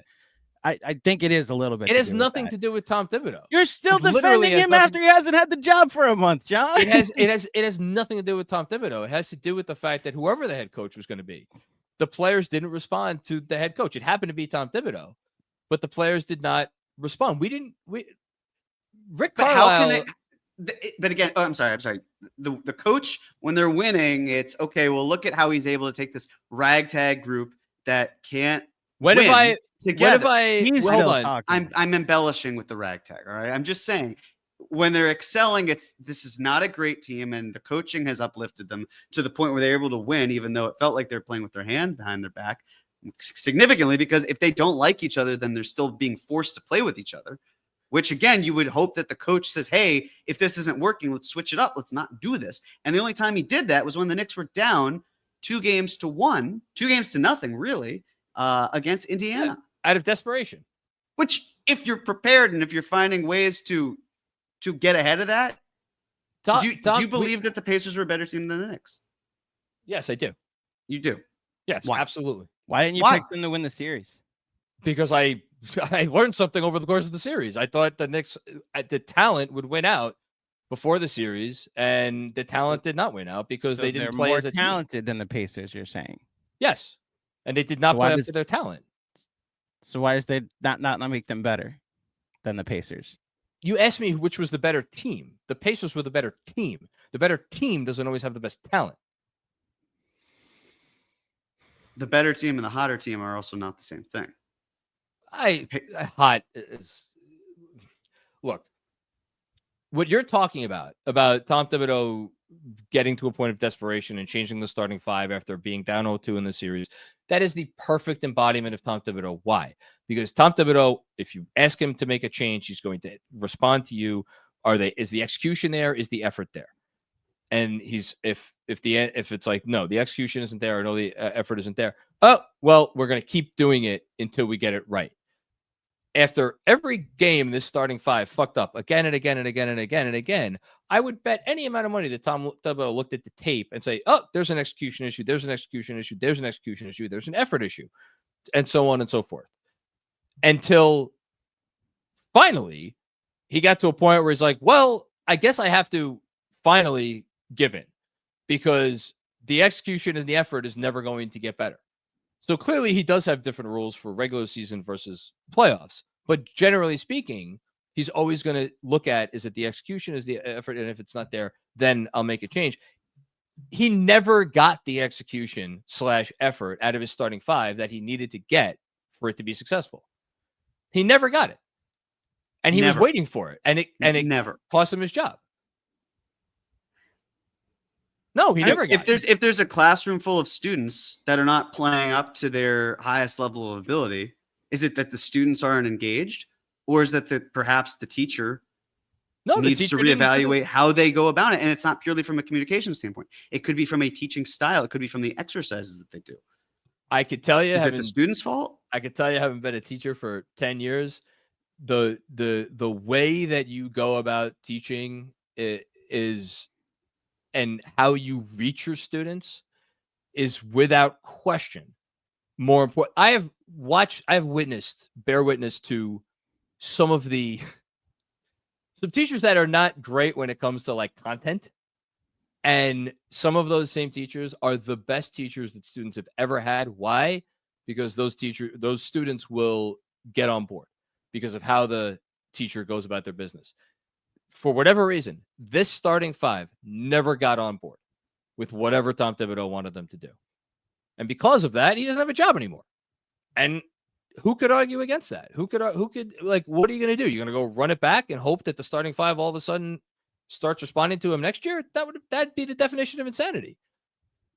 Which is why, of all the things that I have said in front of a microphone over the last month, not once, not one time have I sat here and said, boy, the Knicks really did Tom Thibodeau dirty. The Knicks should never have fired Tom Thibodeau. The Knicks made the wrong decision by firing Tom Thibodeau.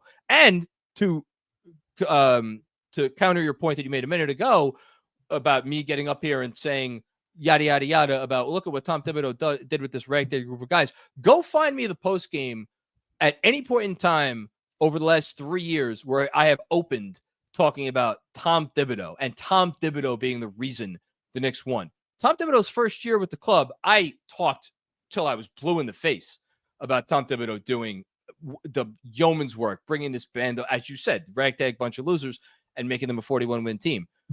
Then he had a terrible year, and then he got Jalen Brunson, and he had all sorts of other talented players on top of that.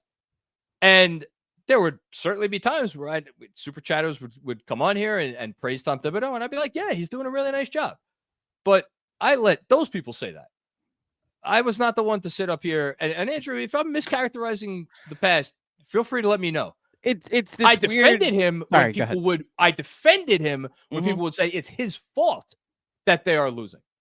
But never did I get up here and be like, oh, you know why the Knicks are doing so great right now? Oh, well, clearly it's Tom Thibodeau. No, it's the talent. You did It's the say, talent, and they're responding to him. They were responding to him. They didn't respond to him this year.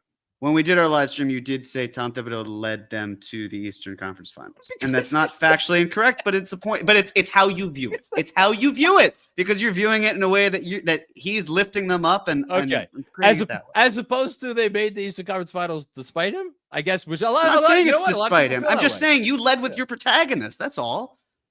That's it. If that's what I said, then I'm not going to disagree with Look. you. In my mind, that was never how I saw it.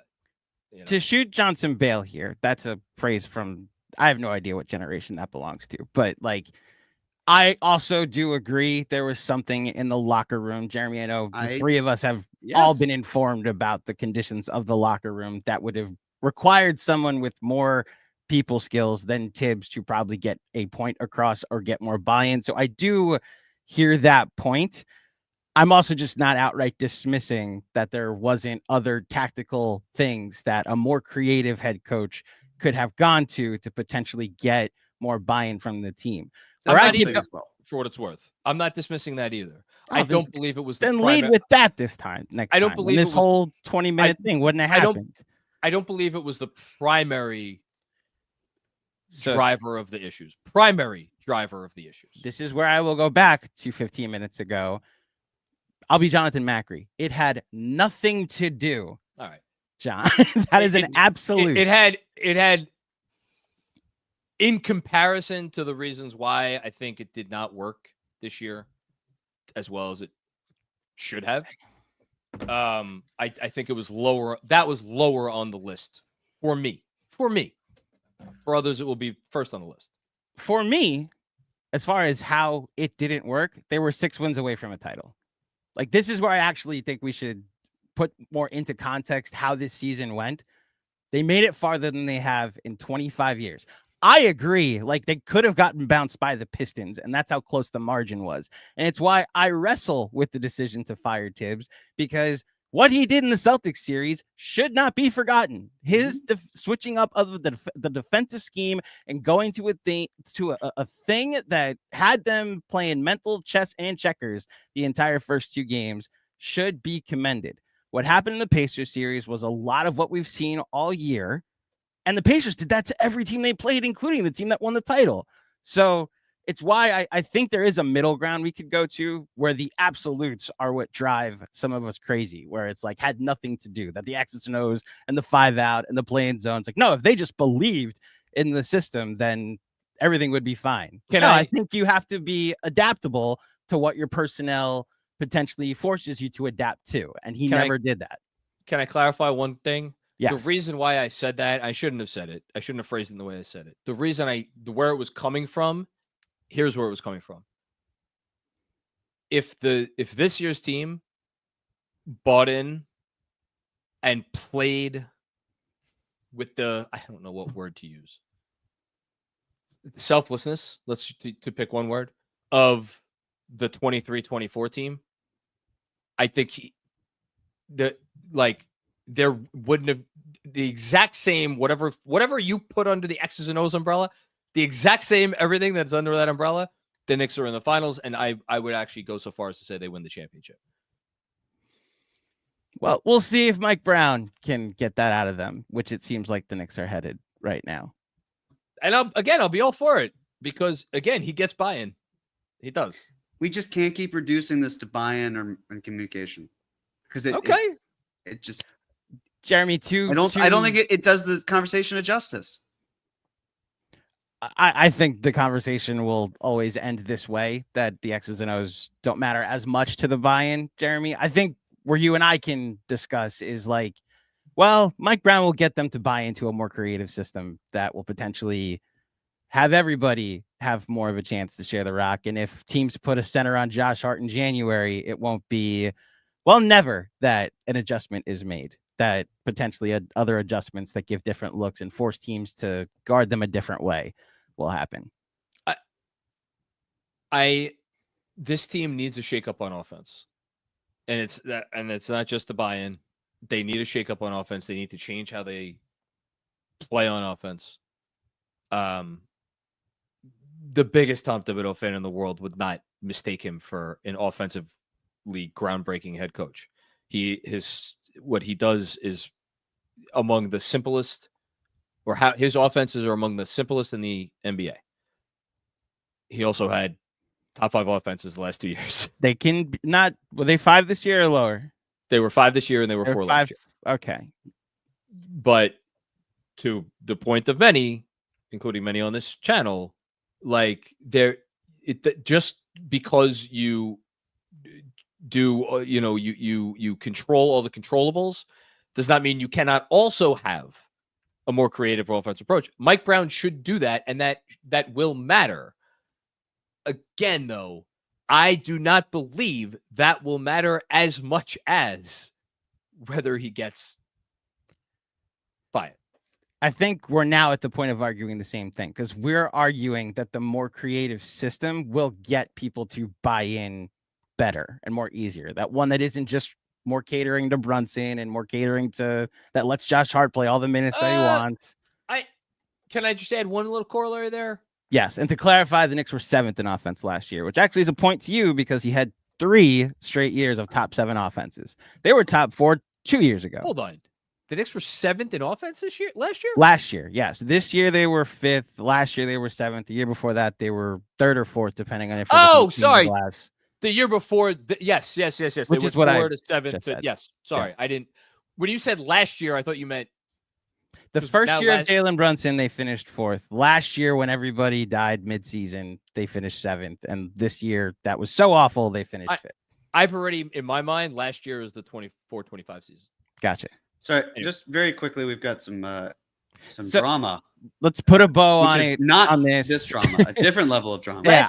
Let's put it. Hold on, Jeremy. Let's put a bow on this, and then it's just all transactions okay. the rest of the day. Yeah. All right. Because whatever creative offense we're talking about here, either everyone's going to have to get A, the number of shots that they want, B, the types of shots that they want, or there will have to be willing sacrifice. It cannot be one. It has to be one of those 2 things, right? 3, but yes.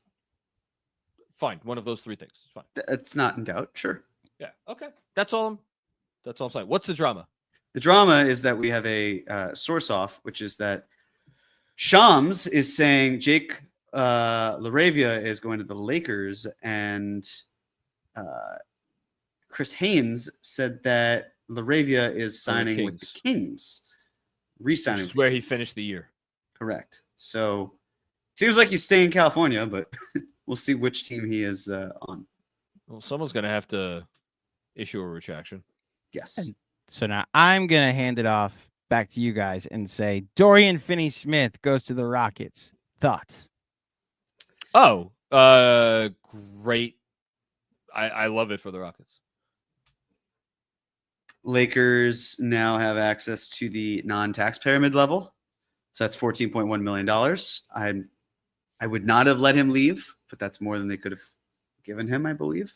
Although they actually could have given him more, and they just chose not to. So hold on. Good get for the Rockets, and for the Lakers, let's see what they do next. If the Lakers have access to the full non-taxpayer, why would they split it up and give half to LaRavia and half to somebody else? Which is why I think LaRavia is staying in Sacramento. Especially if we, unless if they wanted and got DeAndre Ayton to accept, they could still split that up between the 2 of them. But then the money still maybe just work, but it probably wouldn't because that's still too little. So I would imagine he's on the Kings. Well, nope, Haynes is wrong. Haynes is wrong. LaRavia to the Lakers. That's probably then on their biannual. Because they have access to the biannual, $5.1 million. Good call. But then that wouldn't be $12 million. That'd be closer to 11. What's it? It's 5% raise on the biannual. It would be, just because it's a free agent signing. It can't be 12. So it has to be. It has to be a portion of the non-taxpayer. It doesn't have to be, but I could understand why it is because of how the math is shaking out. But how else would they? I agree. It's hard to get to 12 million with that. Yeah, no, unless they're fudging the numbers there. Okay, let's keep going with super chats as we wait for more stuff to happen. What's that? Oh, TKMQ5HH. I will throw up if we get Russ. Is it like a projectile vomit situation, or are you going to throw up in your mouth and then swallow it? Both are gross. They're different kinds of gross, though. They are. How about would you like to describe more varieties of vomit while we're live? Oh my God. I don't want to tell that story. It was rhetorical. Andrew. Oh, okay. No, we can do it if you want. Do you want me to tell the vomit story? I have many vomit stories. Do as you please. No, I don't think we need vomit. It's how long if we're less than 2 hours in? We don't need a vomit story from me. We might get one if Russ gets signed. I'm not. Listen, I told you already how I'm going to react. Like, okay. Jared Barton, 936. Bad feeling we're running back the same team with a few different vet minimums.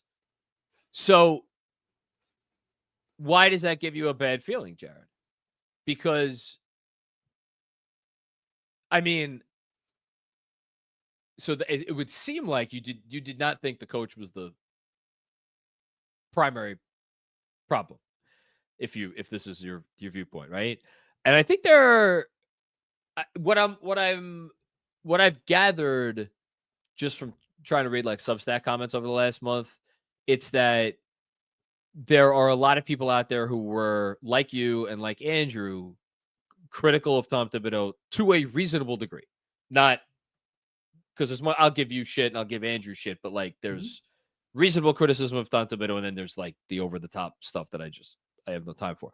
But a lot of fans out there who have like reasonable criticism of Tom Thibodeau, but that also were like, it wasn't just Tibbs. Like there were other issues here. And I think Jared falls in that category. And I bet you there's a decent amount of fans who fall into that category. To which I say, I don't know what I would say. I would say, I'm sorry, didn't mean to cut you off. No, I don't know what I'd say.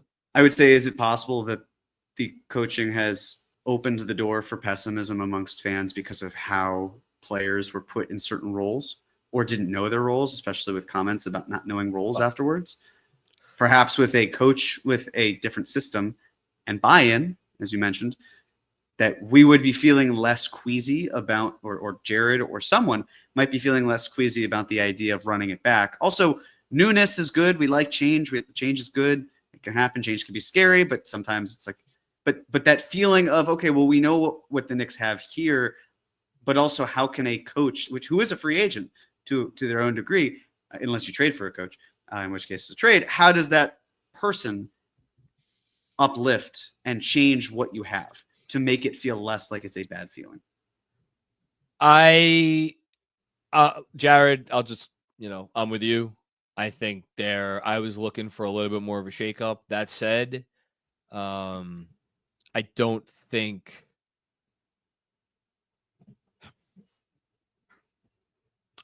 that this is beyond like rescue. It sounds so silly to say that, beyond rescuing. The team just made the Eastern Conference Finals. Like, you don't rescue a team that just made the Eastern Conference Finals. There is clearly a lot going on here that is good, and whatever issues they had, they overcame them to a degree and with enough consistency to win a lot of games and beat a very good Boston team in the second round and a pretty good Detroit team in the first round. So we should not look at them like they are crazy by bringing back essentially the same core and making some moves around the edges and bring in a new coach. We should not look at them like they are crazy. I could have my skepticisms. You could have your skepticisms, Jared, I'm talking about. But the notion that is crazy talk, I don't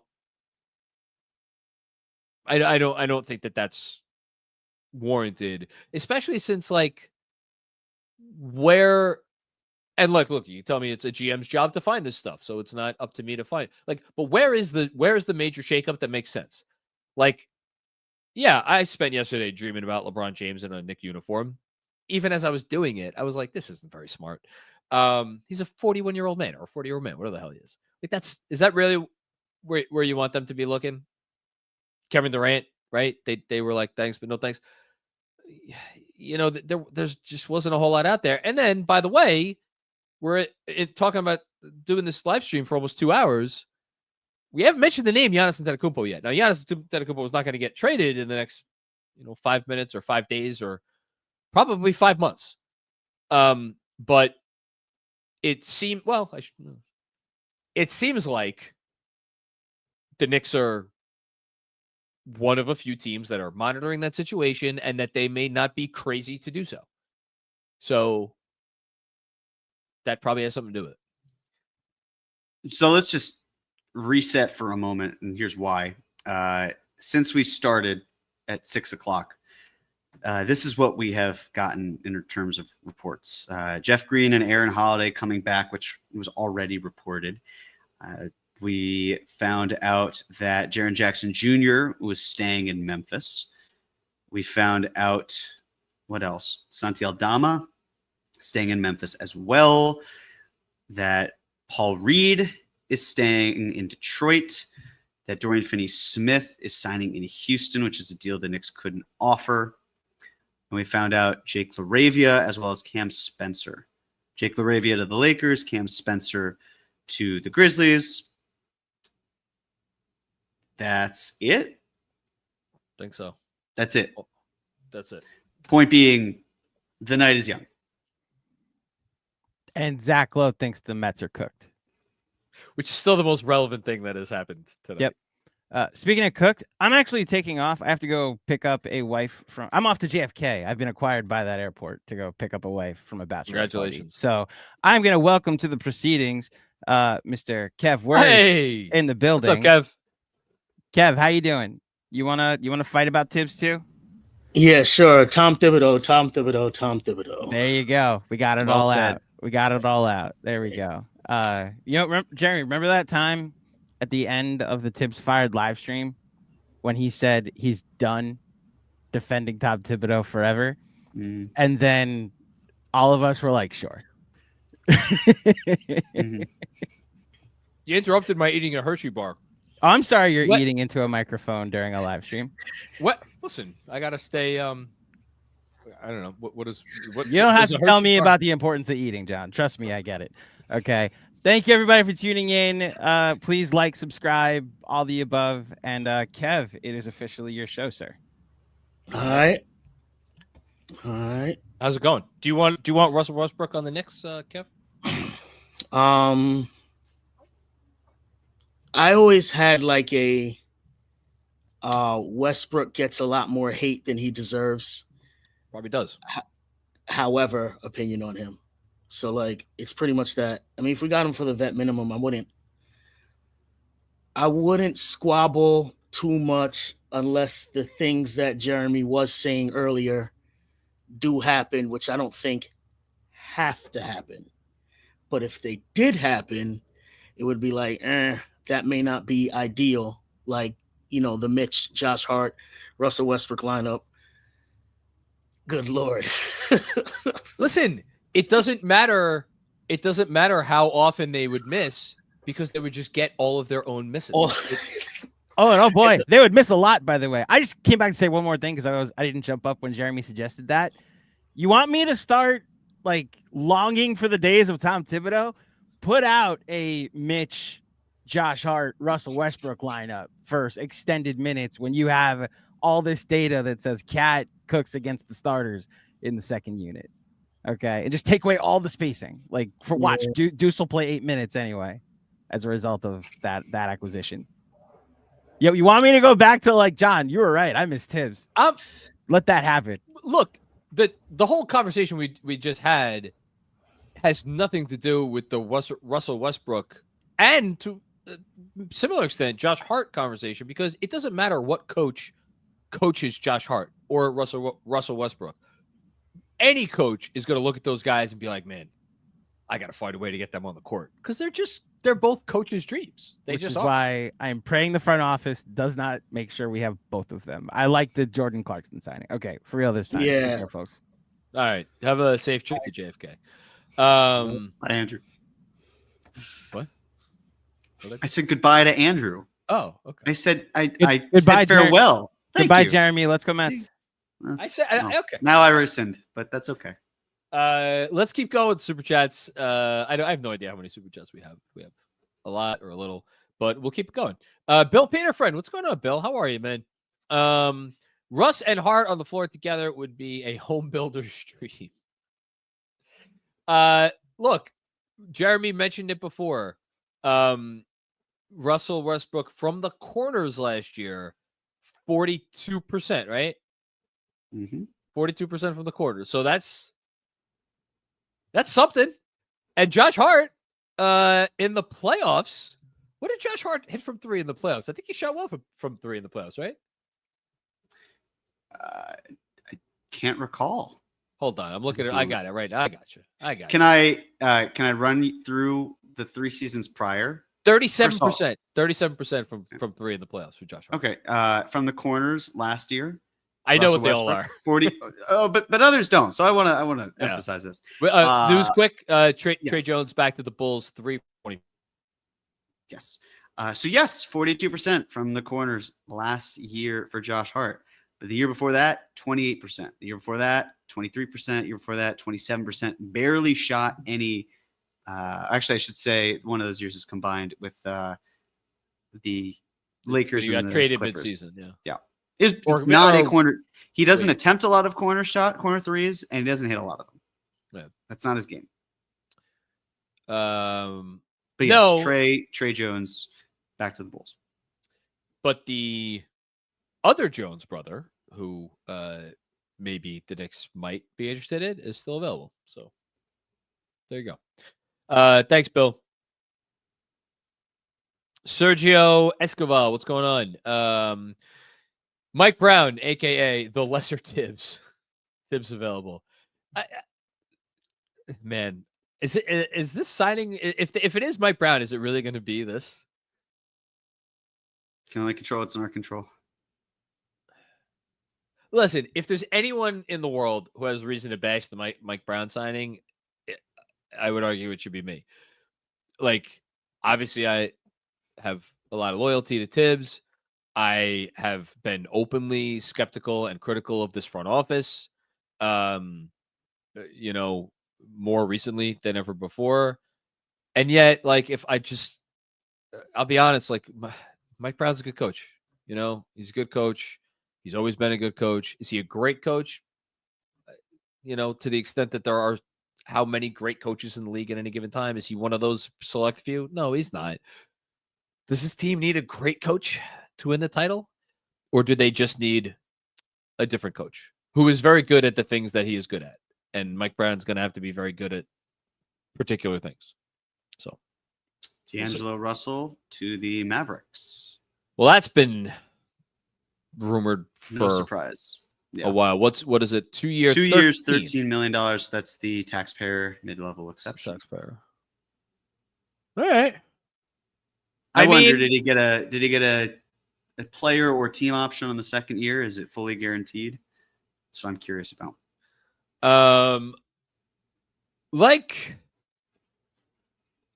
Look, you could do worse than D'Angelo Russell filling in for Kyrie Irving for the first, 60, 70 games the next year. I'm sure Jason Kidd is ecstatic about the experience. I mean, man, what are they trying to get Kidd to do? To storm into Nico Harrison's office and be like, "Fuck you," like, I'm right.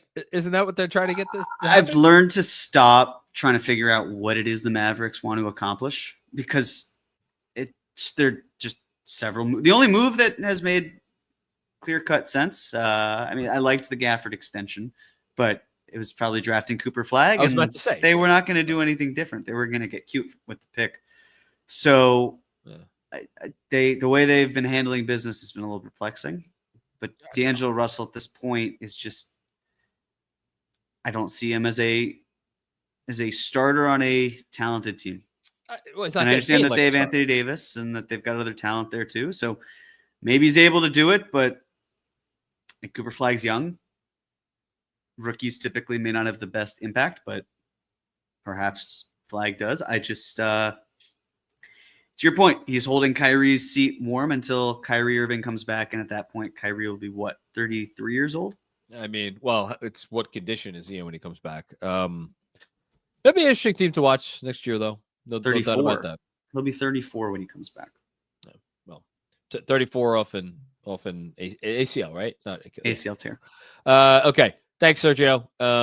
Next up, how equals peace. Excuse me. Please, for the love of God, I hope the front office doesn't hire Mike Brown. Would prefer to keep Tibbs if that is the direction. Brown had Sacramento on a steady trajectory to trash. I think Sacramento was doing that just fine without Mike Brown. Tibbs got the opposite results here. So, how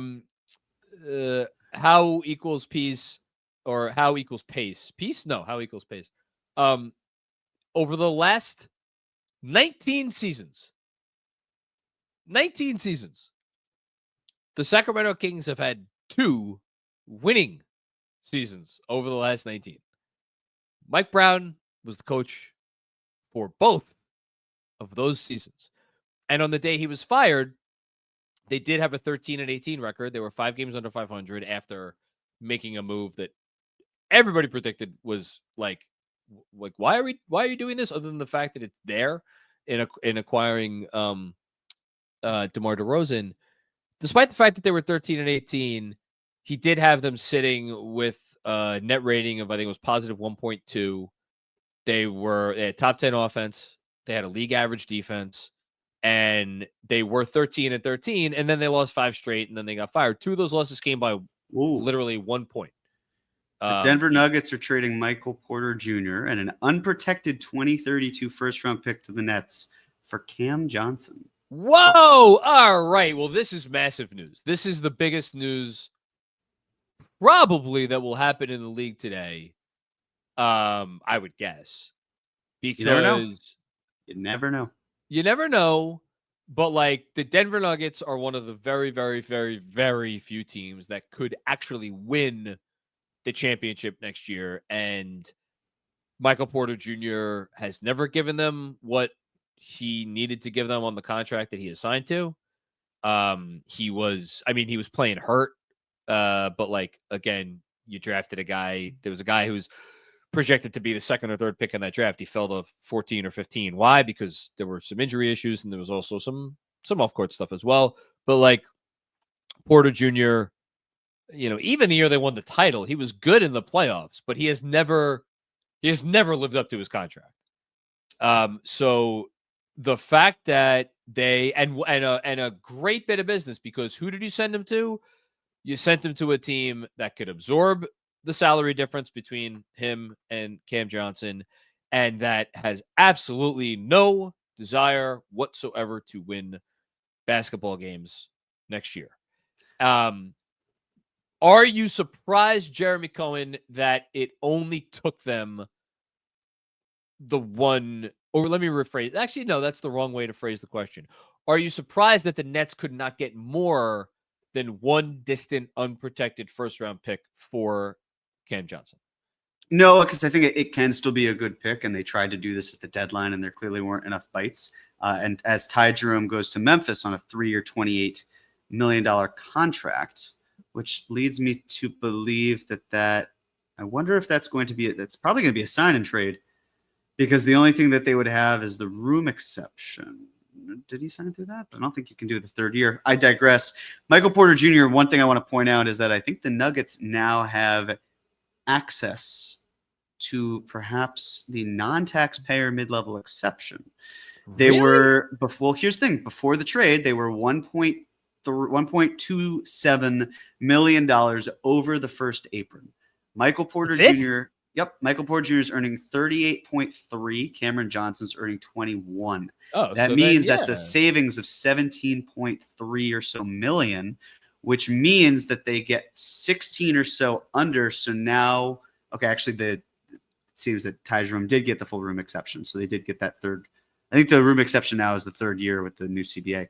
But point being, the Nuggets are now in business to have access to the non-taxpayer mid-level exception, which they can either use on one player or break it up, which is smart because you're basically saying we're willing to take Michael Porter Jr. in a first-round pick that's distant and turn it into at least one player we've traded for, possibly a second if we want to slide them into the non-taxpayer, but also we can just sign a player instead. It also could mean it'd be tight. They might also have access to the biannual, but I don't think the quick mental math shakes out there. So at minimum, it seems that they have access. It's probably just going to be the non-taxpayer mid-level exception that they have, and then fill out their roster wherever they need to with a veteran of sorts. Schroeder to the Kings per Fred Katz. Congratulations, Fred. Nice, on Fred. That. I got to tell you, to take on, forget about this year. The money this year doesn't matter. That you're taking on $40 million of Michael Porter Jr. for the 26-27 season. Like, you may not think that, I don't know, what are the Nets thinking in terms of what they're going to do the year after this year? Because you can't just assume, like, oh, it's fungible salary. Well, I mean, it is expiring money, but, like, I don't know, man, to just get one unprotected first for that flip. Maybe I just think higher of Cam Johnson than because I think Cam Johnson's really fucking good. It's good. That's the thing. It's committing the extra money to not just this year. I mean, yes, they're basically saying Forget we're this not year. going to be It doesn't matter. Right. I agree, but it rules out other opportunities. But it's the next year. Opportunity cost. Right. So now we're saying that you either feel like you can raise Michael Porter Jr.'s value to a degree, but then you have to have another team that comes in and says we have $40 million worth of salary to trade for Michael Porter Jr. where we want him, which would be surprising. And then on top of that, yes, you're taking on next year and you're getting the unprotected pick. I get where you're coming from, which is that the value in itself of Cam Johnson should be matching expiring salary and an unprotected future pick. Exactly. Not the extra year and making more. And it's Michael Porter Jr. So yes. This does not place proper valuation on Cam Johnson, the player. This is the return on this trade is essentially the cost to offload Porter Jr.'s contract. This is not placing proper valuation on Cam Johnson. That's what I meant to say. You're basically saying, imagine if they were to salary dump a contract for an okay player coming back. This is a good player going back. Yeah. And pretty bad salary. I mean, I think you can make an argument this is a top 10 worst contract in the NBA. Without question.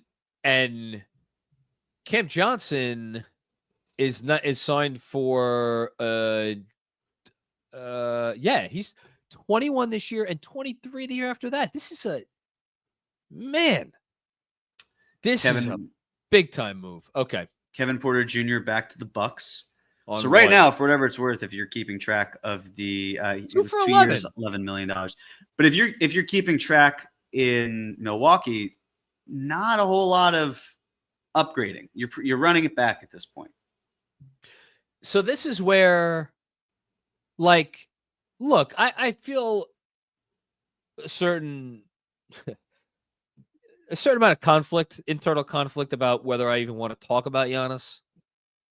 Because part of me does not want to fan those flames. And yet, the reporting has been pretty rock solid and uniform that he wanted to see / wants to see. What are the Bucks doing? What are the Bucks doing right now to give me a better shot? Maybe not even this year, but moving forward. And now you go watch a team that had in Denver that had, as Jeremy just said, one of the 10 worst contracts in the league. You could argue maybe even one of the 5 worst. I don't know. We really have to sit down and think about it, but it's in the 5 to 10 it's up there range. And they had no assets to speak of, right? Except this one pick. And they and they had big financial concerns.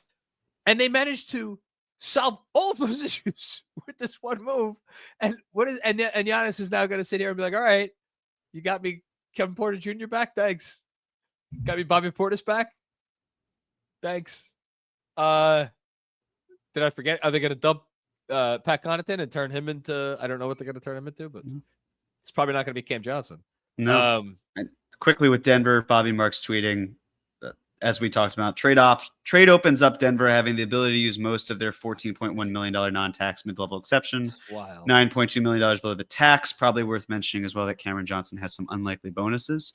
So they won't have the full $14.1 million to spend, but you can find a good player for $8 to $9 million and still stay under the tax. Can I read Shams's Kevin Porter Jr.? You might as well. Yeah. Porter averaged 11.7 points and 3.7 assists while shooting 41% from three-point land in 30 games for the Bucks last season. He gives Milwaukee a dynamic playmaker in the backcourt as it tries to contend in the Eastern Conference. Love that. Fantastic. Okay, next, let's get another super chat up here. Another one from Kevin Danishevsky. Jeremy, do you still think the Knicks use the taxpayer mid-level exception? I say no, but I brought it up as like, hey, this is an avenue for them to have money. But as John, as we talked about, only one team has used it, and it was Denver twice, and the return on investment wasn't super high. So I've never really felt like, unless it's a Yabusele type where you can get him for that, like a really good value, because that's the most you can do. The Gulf or the ocean, however you want to call it, whatever body of water you want to put in there, the difference between the taxpayer mid-level and a veteran minimum really isn't that significant. You're probably going to find similar talent for the minimum that doesn't hard cap you as the taxpayer mid-level. So, and here's Bruce Brown. 1-year deal to return to the Nuggets. That's a good deal by them. I'm very curious about what the dollar figure is, because John, we've got a bet on the line with that one. You know, we got an old fashioned on the line. You said what? I said he would make more than the taxpayer mid-level exception. Yes, and you that's said right. He would make less. And I'm feeling pretty good about my bet right now.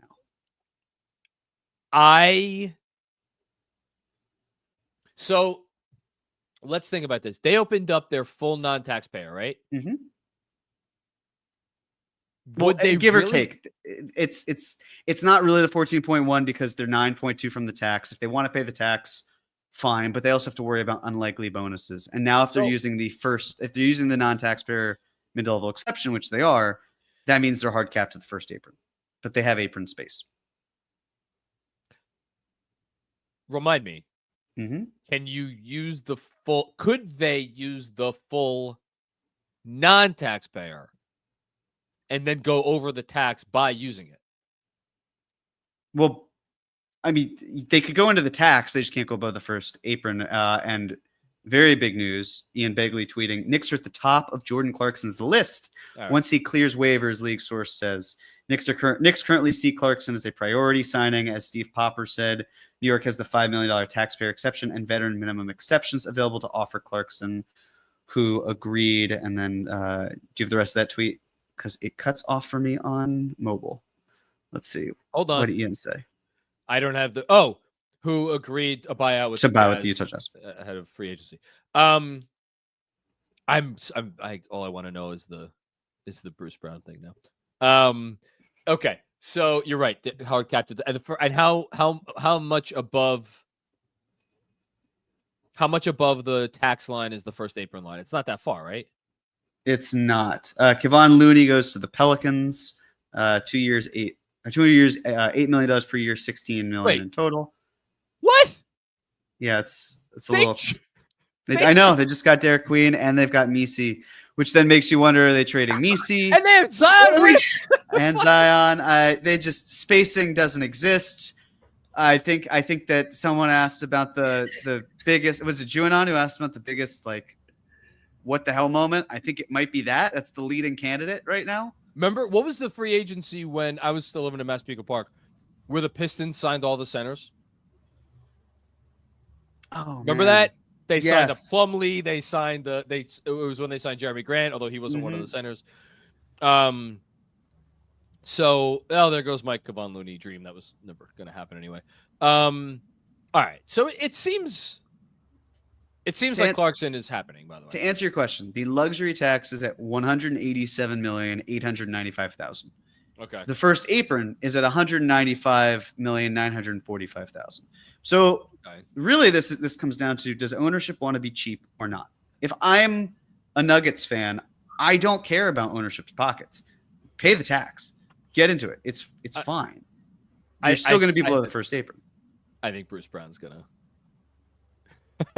I think it's gonna be the minimum. Benji with a good tweet. Man, come on, Kevon, you left for the fucking Pelicans, man. Russell I know was they given paid you. D'Angelo Russell, mind you, was given a player option the second season. That's fine. D'Angelo Russell keeps collecting player options. Really impressive work by him. So, Jeremy, D'Angelo Russell. If Clarkson is the guy, do you think it's more likely the Knicks would bring him in on the TPMLE or the veterans minimum? Probably.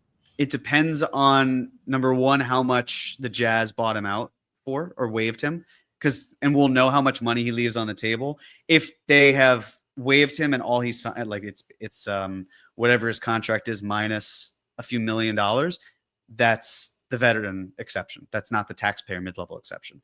If I'm the Knicks, I'm saying to Clarkson, you have ample opportunity here. We're a good team. You can do well. We're going to give you the minimum. We're not going to give you the taxpayer mid-level exception. Our margin of error is too slim for you. That's what I would do. I would not give him the taxpayer mid-level. If you're use simple numbers, if you're a $10 million player, you get bought out for $8 million. They pay 8 of your 10. And then you sign for $3 million with your new team. Again, just fake numbers. The original team that bought you out for the $8 million, do they get now an extra $1 million back? It all adds up to the same amount that he would probably make. It's like where DeAndre Ayton took a buyout, and I think he gave up $10.4 million, which is something like that. That's the rumor, which leads us to believe that he probably has a $10.4 million contract lined up. Yeah, but my point is, like, is he capped at making? No, okay, not. So Jordan Clarkson could have gotten bought out for his full amount, right? Mm-hmm. $14 million, and he could go sign into somebody's non-taxpayer mid-level for $14 million. Obviously, he's not going to do that. He's getting paid $28 million this year, right? Jordan Clarkson, yeah. No, 28 over the 2 years. I see what you're saying. Yes, theoretically, but I think that the way I think the team has to pay cash to the other team potentially. So this is why I want to get into it, because like we're talking about the difference between the veteran minimum and the taxpayer mid-level. It's still a $3 million difference for Jordan Clarkson, right?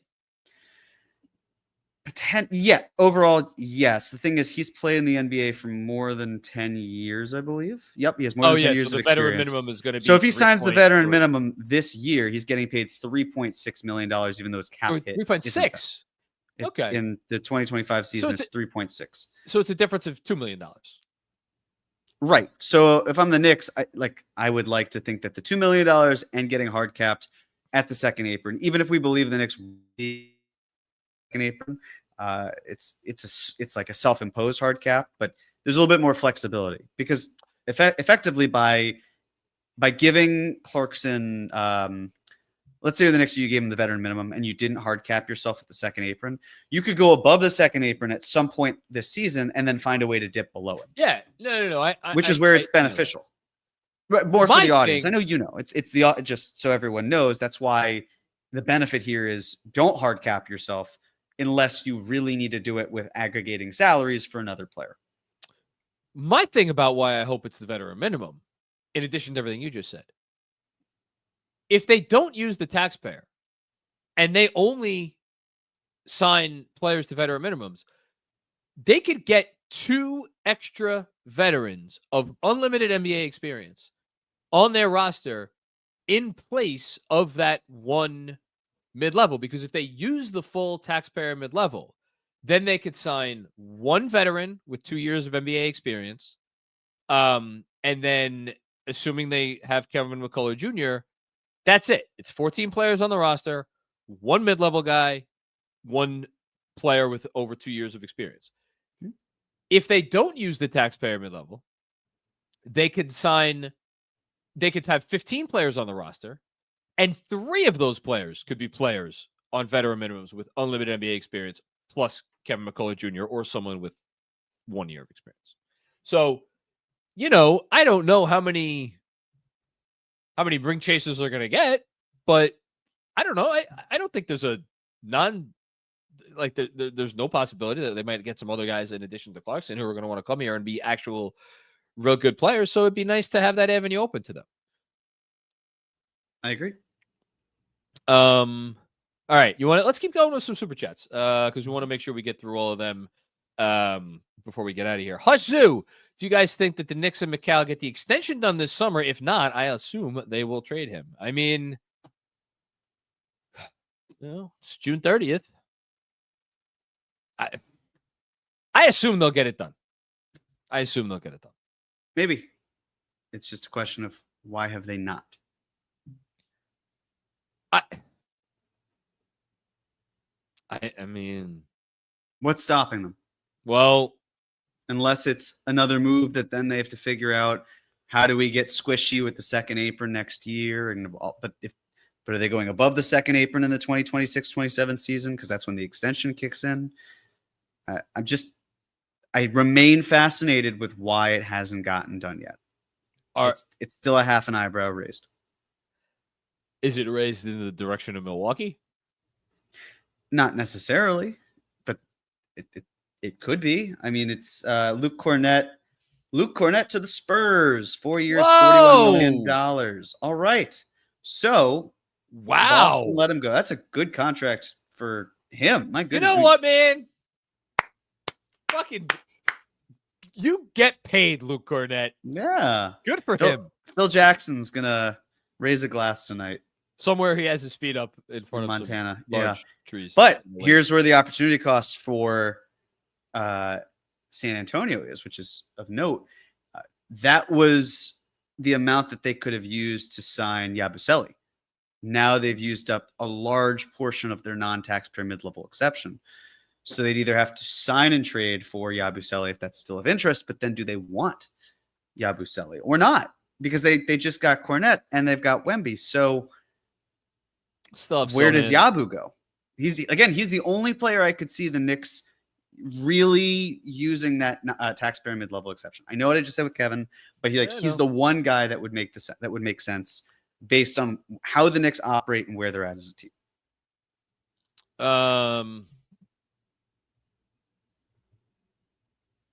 Man, it'd be a lot of players. Celtics were not going to be able to match that contract. Absolutely. I'm just sorry. I'm trying to think. Clarkson, Deuce. I mean, well, Hart if Mitch, but no, yeah, okay, they go 9. Yeah, okay, I don't know. If Shama comes back, yeah, they have room. Okay. Next up, thanks, Hush. Hush with another one. They probably hate our guts, but if there's a way we could get PJ from Dallas, perfect fit for us, and we could finally do the 5-out offense. Yeah, I just, again, expiring contract. I share Jeremy's sentiment, which is that, like, what is Nico Harrison doing? If I was PJ Washington, I've said this repeatedly, I don't know that I would be thrilled about playing in that crowded rotation in a contract year. I just don't know. What the trade would be. It have to be Mitch. Well, could you do something built around Josh Hart?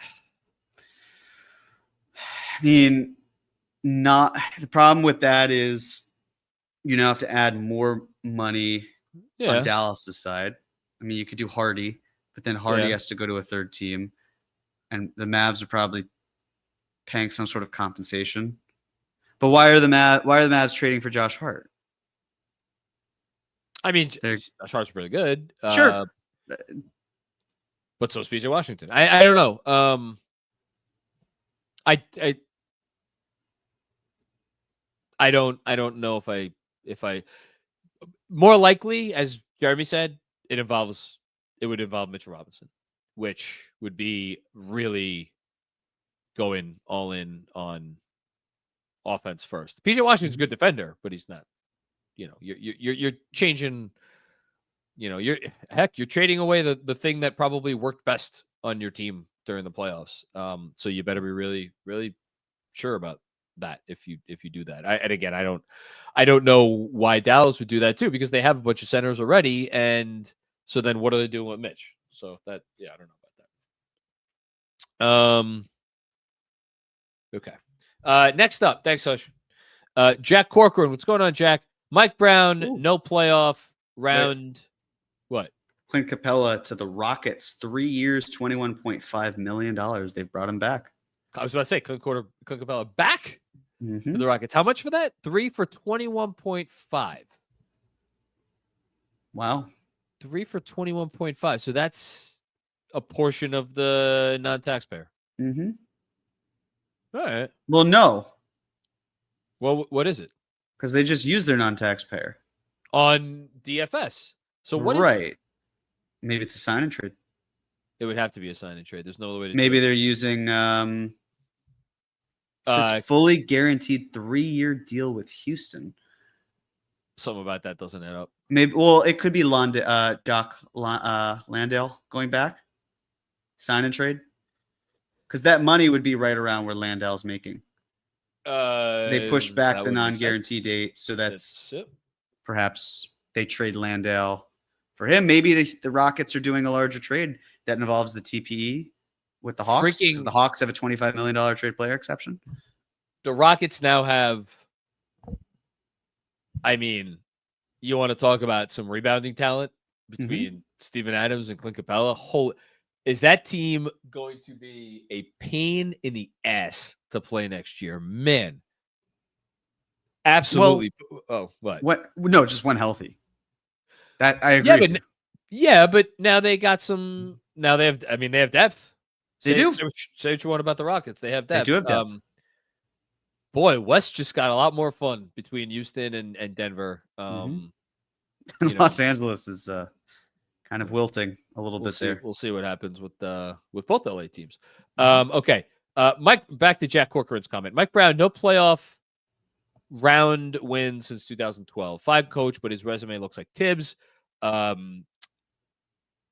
have similar resumes, actually.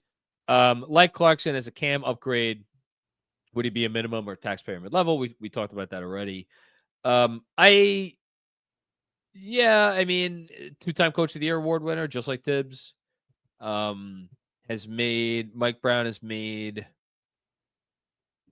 Excuse me, he did make a finals. I think I misspoke earlier when I said he's never made the finals. He made 1 finals, he's made 1 conference finals, and he's made a few conference semifinals, including with the Lakers in 2012.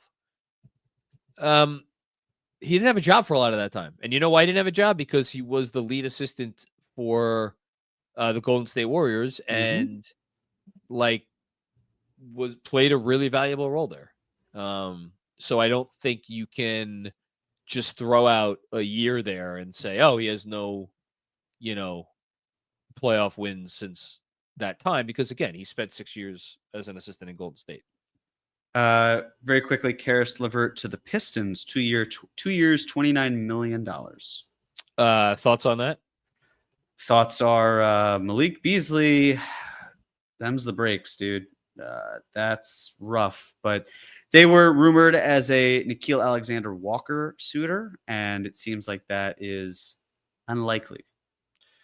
Now. Where does the music stop when the music stops? Where is Nickeil Alexander-Walker ending up? Because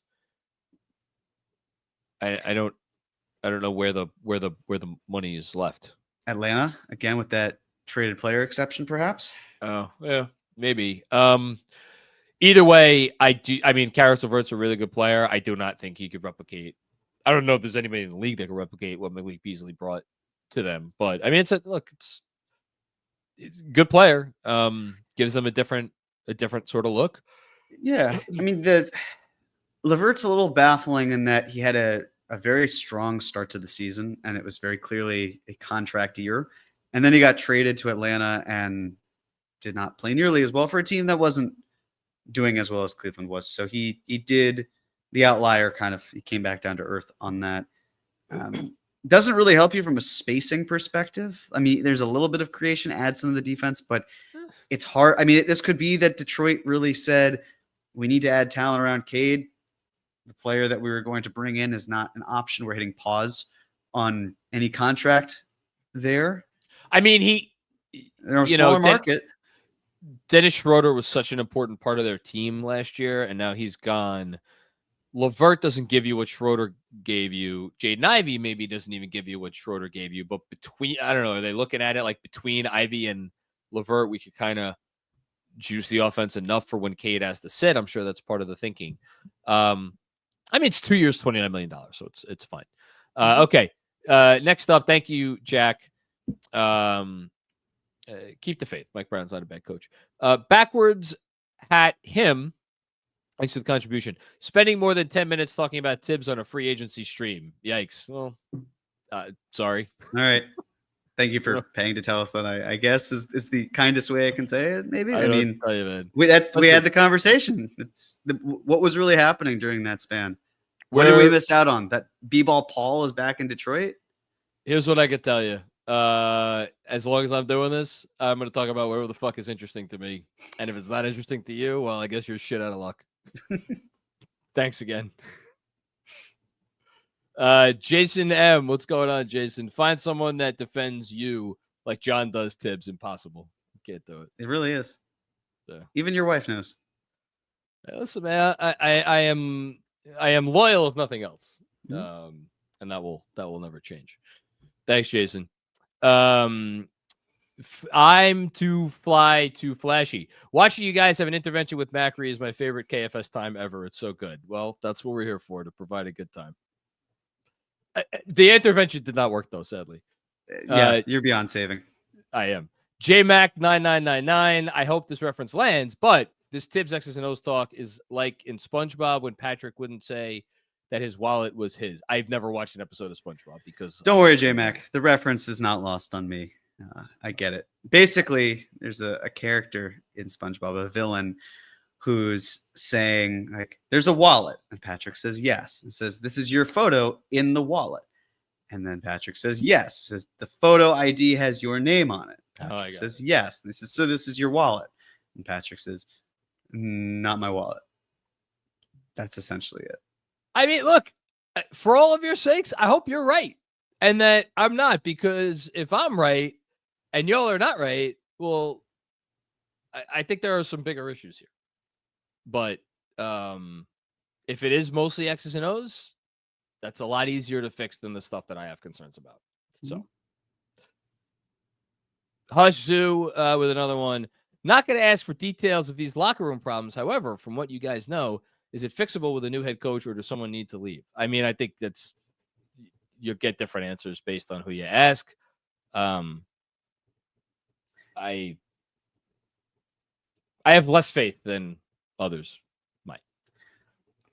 Naturally, we'll see what the offseason looks like and how this team rolls into training camp. But I would imagine that who is no longer in the locker room probably says quite a bit about who the Knicks feel should definitely not be in the locker room.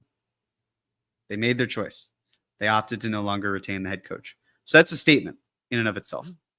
Yes, they did. Or a choice was made to not retain the head coach, we should say. Thanks, Hush. Rich McLeod, what's going on, Rich? I remember watching one of these where the big news was Evan Fournier, and Nerlens Noel. Things could be worse. Yeah, things aren't bad. I mean, we're quibbling about, how much blame the front office deserves for maybe kicking the tires on Russell Westbrook. You know, I don't think it's worth getting worked up over, which is why I'm not getting worked up over it. Just look, we'll see what happens. It feels like with the Clarkson thing happening, we're not like there's not going to be a Russell Westbrook conversation, but you never know. Just side note, because I was looking at my phone, I saw something about the Rockets and their center situation. We know about Adams. We know they've given some money to Capella. Mm-hmm. What are they doing with Şengün? How are they maximizing him? They've given a lot of money to Jabari Smith. I don't know. I'm merely asking where it's like, are they comfortable with it? Did they say to Capella, hey, you're our insurance guy and you're not going to be in the rotation, but we'll pay you 3 guaranteed years. And when Adams gets hurt, you'll step in. And he said, cool. Maybe he did. Maybe they don't do anything. But that's a lot of money invested in big men with Kevin Durant's extension on the horizon, as well as Tari Eason needing to get paid. I mean, if you're trying to build the salary to get to Giannis, Şengün just has to go out. There's no way around Şengün. You have to send out Şengün. Correct.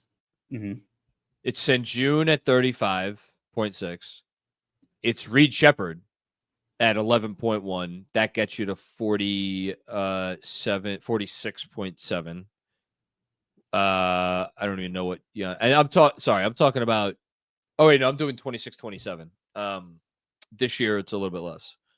Şengün is at 33.9 this year, and then you've also got Reed Shepherd at 10.6. That gets you past, I think it was, or at least around to where you need to be for Giannis financially, just that alone.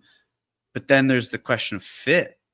I mean, Adams and Capella behind Giannis doesn't make too much sense either. I mean, so this is, I think this is what makes it a very interesting question, because Houston, based on the teams that have been mentioned, other than San Antonio, and I don't know what San Antonio would or would not be willing to put on the table, but other than San Antonio, Houston, and maybe even including San Antonio, Houston has the best package. If they're just not going to include Amen Thompson because they feel like Amen Thompson, we have a future top 15 guy, he's part of our team, then you already have him and Giannis together on the floor. So that's 2 non-spacers. And now it's Van Fleet and it's Jabari and it's Kevin Durant. Jabari, not really much of a spacer in his own right. So I think you'd just be playing Giannis at the 5. But you're still. But then you figure it out. Unless they're going after LeBron. I think it's Giannis, and I think you put the ball in Giannis's hands. You let Giannis essentially be the de facto point guard. You have that. But you have Van Vliet. That's what I'm not saying that's not a reason to get Giannis to be clear. I don't love the fit. I get it to a degree, but it's not a perfect fit. But listen, if you're Milwaukee, if you could get Şengün and Reed Shepherd and some picks, I mean that's awesome. And especially you're getting Şengün at the beginning of a long contract, so he can't go anywhere. Sure. And he's like you could. He's an all-star, inefficient, but great passer, better defending the rim. He could get back. Like he could be the centerpiece of your team. Your team's not going to be very good if he's the centerpiece of your team, but he could be the centerpiece of your team. Yeah, they've got options. I don't know how the Knicks are getting in that sweepstakes, but I'd love to be wrong on that one. All right, next up, thanks, Rich. Oh no, we already got that. Bron leaving LA. Thanks, Theo Pinson. We need a Tom Thibodeau swear jar for next season. I don't. You mean like if someone says the name Tom Thibodeau, they have to put something in the swear jar? Yeah, that's a quarter. Yeah, but that's unfair because if someone brings it up, like, I'm not going to affirmatively bring them up. I can promise you that. I could do a swear jar for that. That's fine. You sure about that? I will not bring him up. Why would I You bring sure? him up? I didn't bring him up You sure today. about that? Yes, I am sure. Okay. Trust me. Once I have to start defending Mike Brown, people are going to miss the days when I defended Tom Thibodeau. You know, but I'm always going to defend the coach. Doesn't matter who the coach is. Thanks, Jay Cook. Fizdale. I defended Fizdale pretty much up until the end. David Crockett, what's going on? With Looney to the Pelicans, DeAndre Ayton has a chance to do the funniest thing ever. The first 5 in lineup. That's great. I was wondering where you were going with that one, David.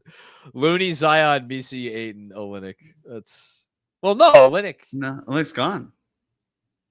No, he's there. He's there. But he'd be spacing the floor. It'd be Hawkins, probably. I don't think his shot has come around. I don't know. It'd be bad either way. They have a lot of guys who play the same position, but I don't know. I mean, Ayton, I'm assuming is going to go to the Lakers, but I guess we'll see how that works out. Thanks, David. That was good. NB Yay. That's cute. Why aren't the Knicks actively pursuing Devo?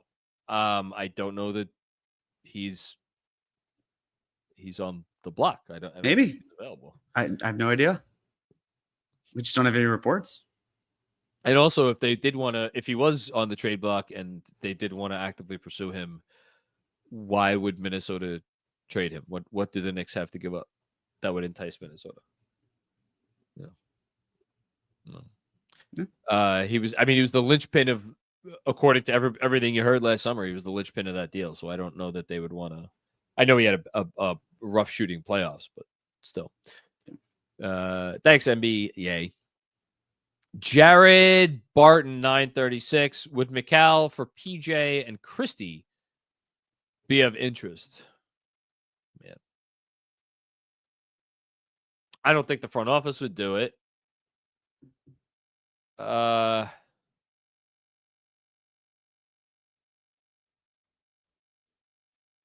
fact that I'm not immediately shooting this down is like not great. Why are you not immediately shooting this down? I think PJ Washington's a really good player. I do think there is a nice fit here potentially. If you're really going to go all in on offense, I think getting a guy like PJ Washington would be a help there. I mean, you're massive, right? With Cat, PJ, and OG on your front line. I guess Max Christie would probably be their starting 2 guard, right? Him or Deuce? I would imagine they'd probably go with you never know. Max Christie's good. He's a good player. I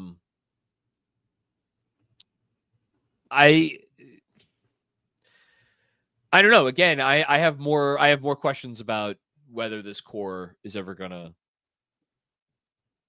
be better, considerably better than it was last season.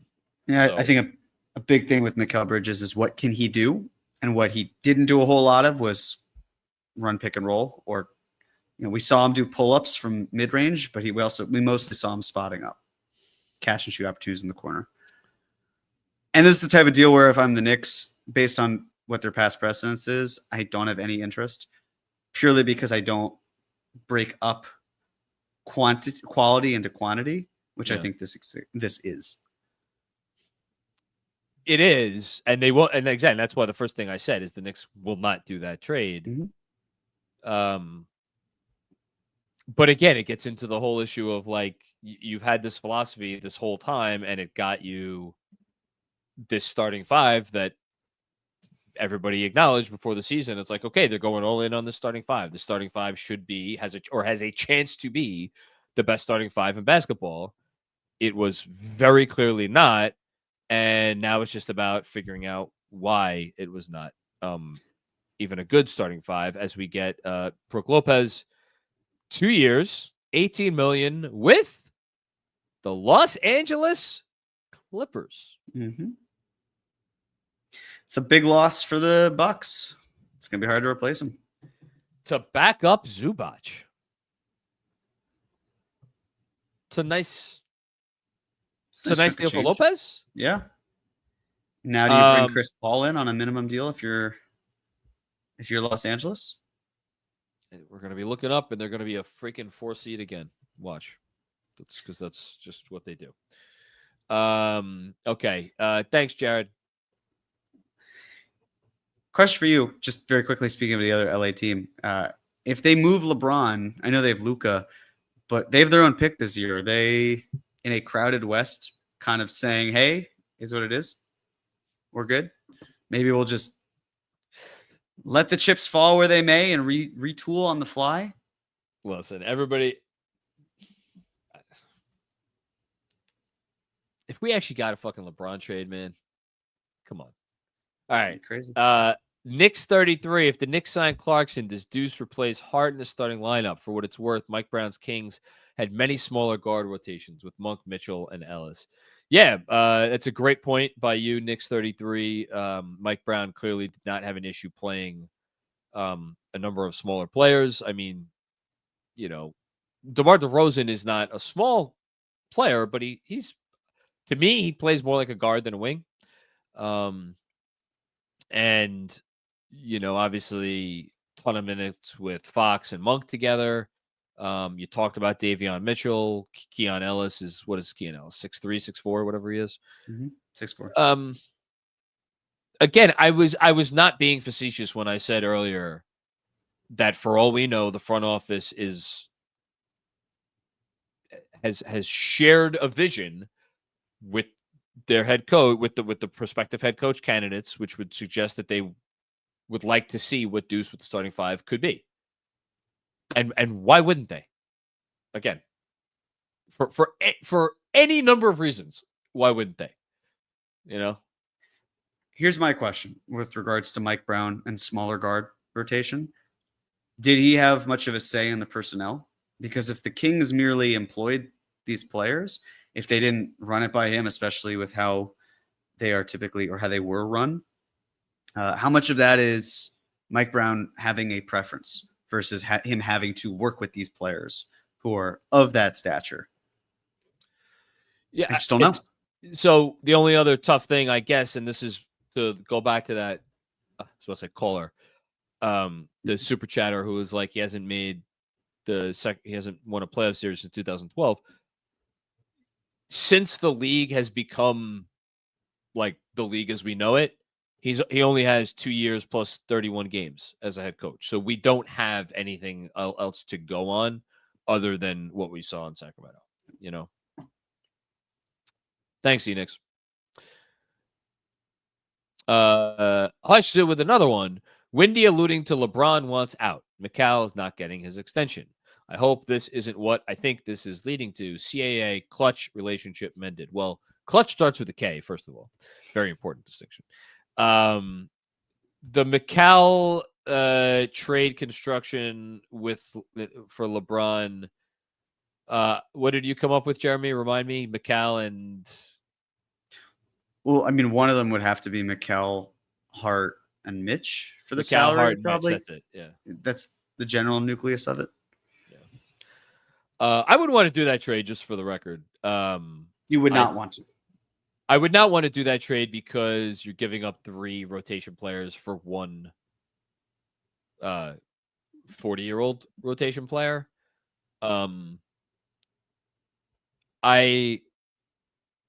There are ways that I would talk myself into LeBron very quickly, but I don't know. I don't know that trade is something I would do. Like I said, I know they'd be a really good team, but man, that's 1 to 2 years, and then that was your window. So the 1 to 2 year thing That actually doesn't bother me because I think their window as of right now is 1 to 2 years. I know we disagree on that, and you have the more reasonable take. I have the more reactionary take. But yeah, that wouldn't bother me as much. Yassi Gozlan basically saying what you said before. The Rockets don't have enough remaining in their mid-level to sign Clint Capella to these terms. It looks like a sign-and trade is coming, either with this deal or the Dorian Finney-Smith trade deal. All right, next up, thanks. And by the way, with Windy, he very clearly said he would be shocked if LeBron was traded this summer. Unless he said something differently over the last few hours, which I don't think he has. Hush with another one. Also, lack of Bucks moves. I think Giannis is gone. I mean, could you imagine if the Giannis sweepstakes happened now? Yes, I could, but it'd be chaotic. You know? If he... There's no way he ends up on the Knicks. Unless he's going to flex every muscle he has. And I don't think he's going to do that. And even if he did, I don't know that it would be enough. I've learned to stop saying never when it comes to this team. I understand. We can couch it. We could say it feels unlikely. I get it. The way that this team operates, I'm not at the point where I feel comfortable saying it'll never happen. Not right now. Even with their backs against the wall, they have options. I don't think they have the best odds. I still won't count them out. It's just you're dealing with a team that has a ton of assets and is already maybe the second best team in the West. Like, you're dealing with that as a direct competitor in these sweepstakes, which have not happened yet, to be clear. And then San Antonio, which is like, that's a whole nother thing. Anyway, thanks, Hush. Okay. Hush with another one. Does $50 million in cap space in 2028 entice y'all? No, it does not. I don't even know what would have to happen for free agency to ever resemble what it once did. They'd have to eliminate the Supermax, first and foremost. They'd have to disincentivize players from re-signing with their teams. Yep. That's pretty much the core of it. You'd also need to have so many players lined up that there's more movement and teams can do what they want. I just don't think we're ever going to get back there unless that happens. But also $50 million in cap space in 2028, that's 3 summers from now. I mean, you're looking at probably at that point a rookie max deal at 25% of the salary cap is approaching $50 million. And those players are restricted free agents. So you're not likely to get a full unrestricted free agent to sign with that max amount. So it doesn't really appeal. And the Knicks would have to be so devastated financially with their players aging off the books that happens. Let's put it another way. If you look at the All-NBA teams last year, the 15 players who made All-NBA last year, only 2 of those players have ever in their lives hit unrestricted free agency. One was Jalen Brunson, which is a situation almost unlike anything we've ever seen before in the history of the league. Again. What? And it probably won't happen again because of the second round exception. Exactly. And then the other one is James Harden, who has had these dalliances with player options over the latter portion of his career. But again, he is it's James Harden, like is that the guy you want to, or that sort of like older, very expensive, like really no market for his services, quite frankly, which is why you look at the deal the Clippers just gave him, you're like, who were they competing against? But whatever. Yeah, it's just free agency is just not, unless there's just going to be one player. All it takes is, here's the thing. Everything we're saying, all it takes is one player who's just going to be like, do essentially what, I'm trying to think the last player who did this.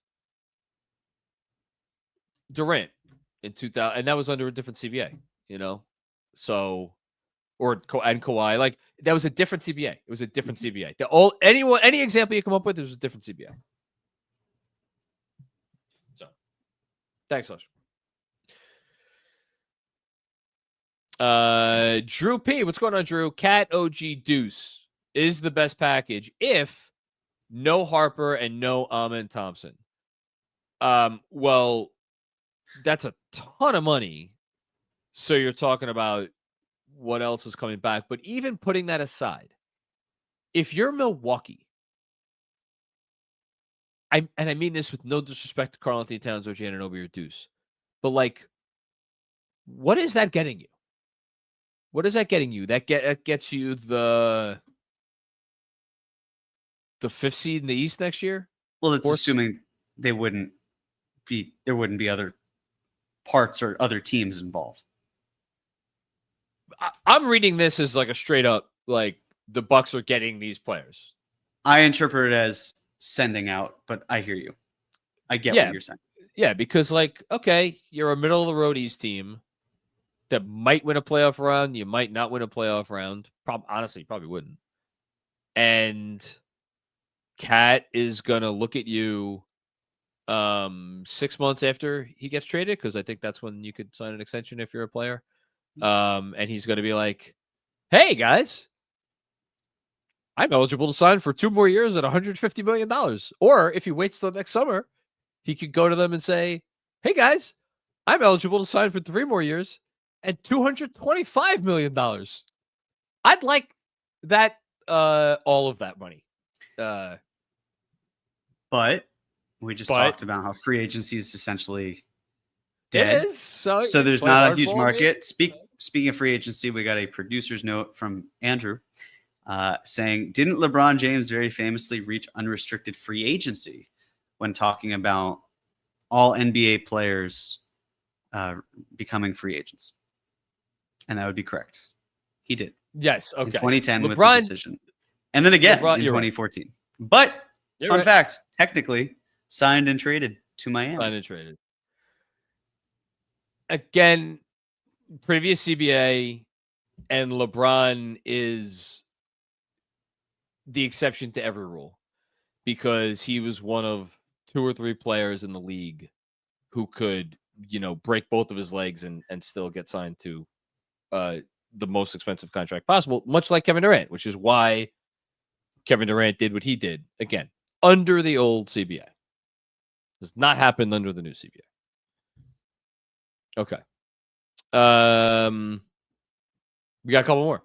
Manny Campos, Rockets building a team that lacks shooting.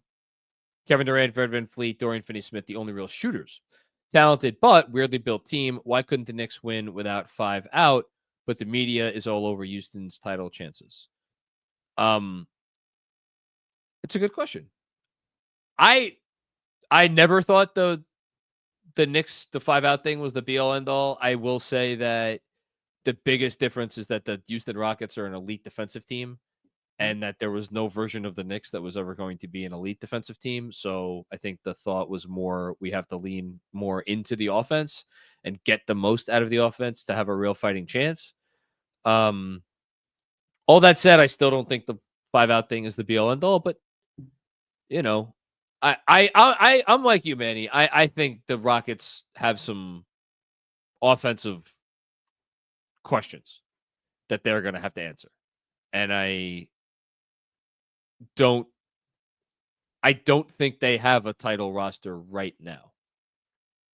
I think they could probably get there, but I don't think they have it right now. Well, they have time with free agency, and they can also make a move at the deadline.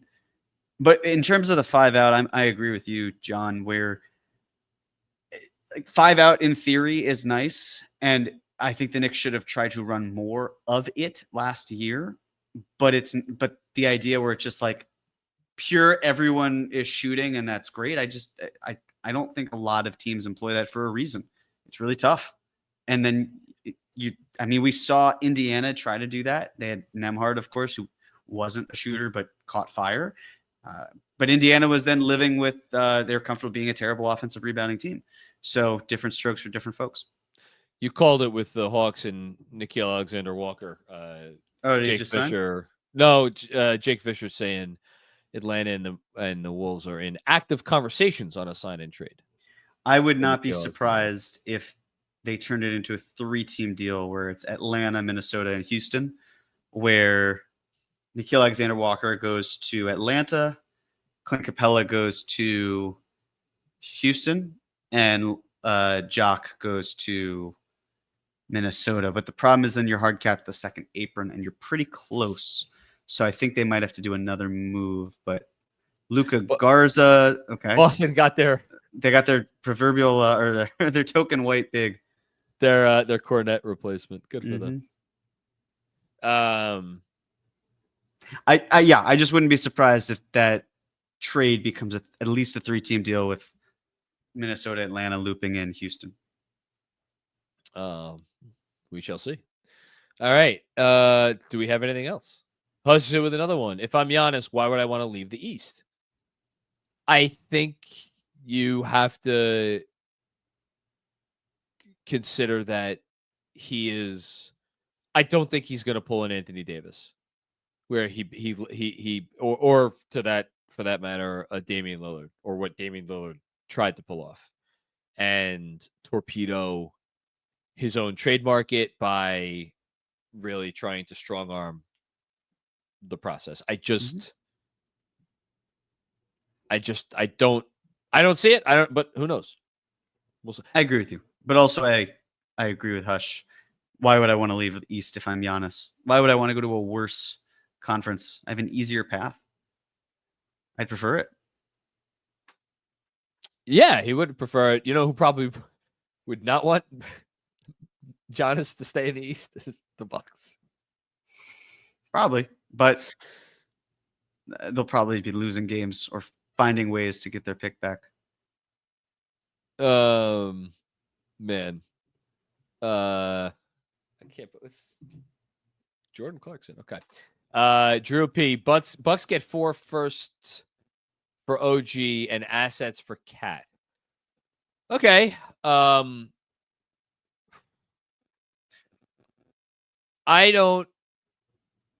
don't know that you're going to be able to flip OG Anunoby so fast for a Mikal Bridges / Desmond Bane like package. I think you could get.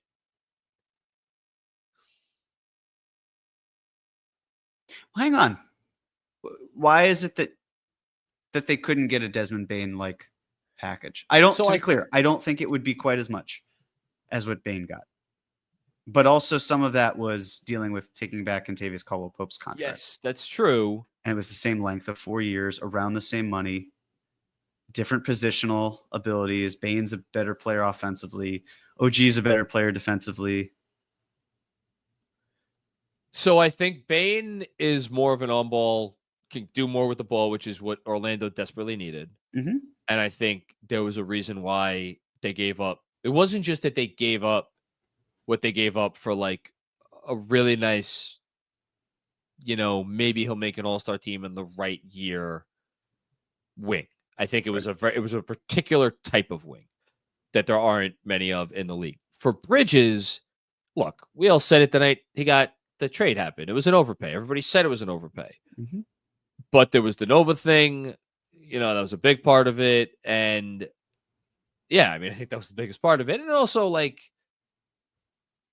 there was this idea of Mikal Bridges that existed that maybe, I don't know, was it fully earned?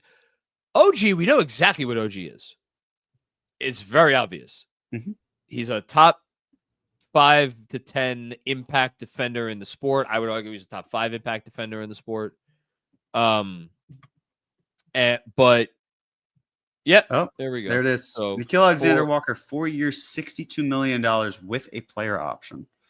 Oh, that's nice. So, That's a nice payday for him. So just very quickly with Nickeil Alexander-Walker while we're on the topic, that would be a starting salary of around $14.4 million. Okay. That's a nice bit of business. Mhm. So, okay, just to close the loop on OG. Yep. I don't think if you're a contending team and you're trading for him, you're envisioning him playing essentially the role that he played for the Knicks last season and at parts of the season. He'll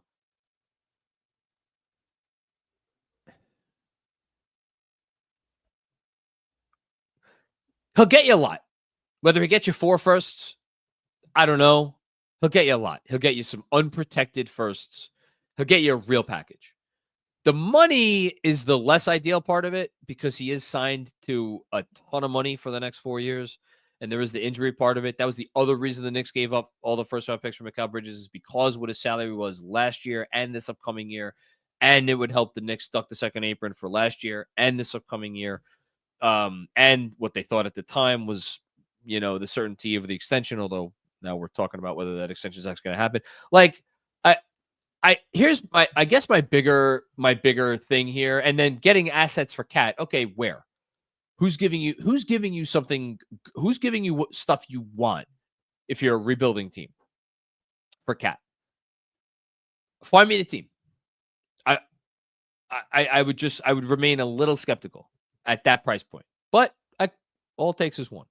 I guess my larger point is that if you're the Bucks, why are you trading for stuff that it is then incumbent upon you to turn that stuff into things that you actually want versus just getting the stuff that you want? Now,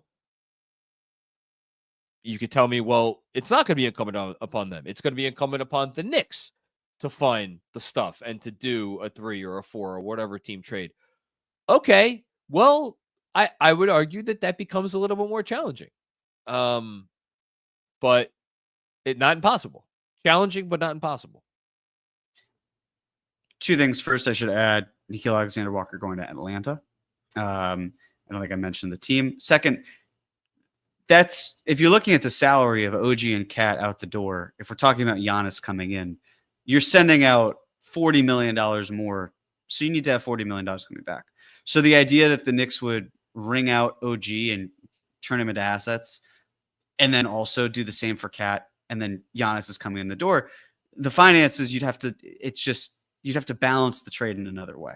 So I don't think it's doing all of that for one player. And then the next 2 highest paid players, you're not going to find new homes for them just for Giannis, because then you have to do way more than that. And the most ideal player to pair with Giannis would be Cat in this case.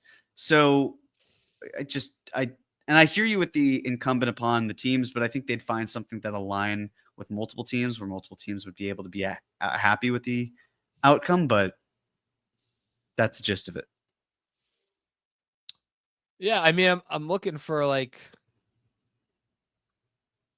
where's the OG? I mean, is Detroit the OG Anunoby team? Why would Houston not be an OG team, for example?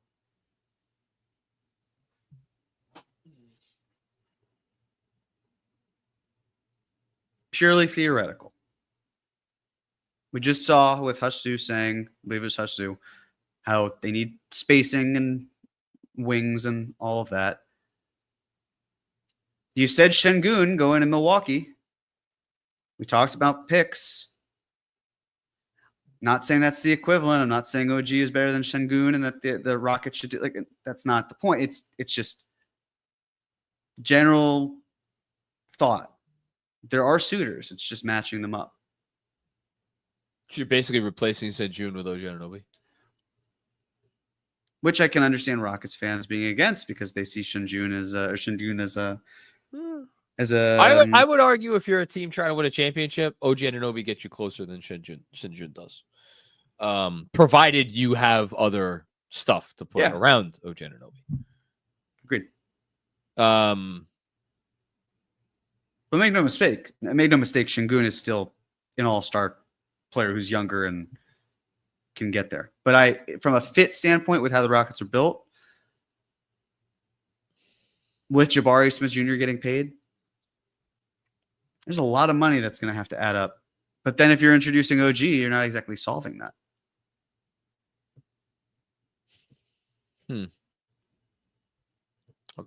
That man, the Rockets got in on a Giannis team and did not end up with Giannis. That would be something. I'm like looking the Kings.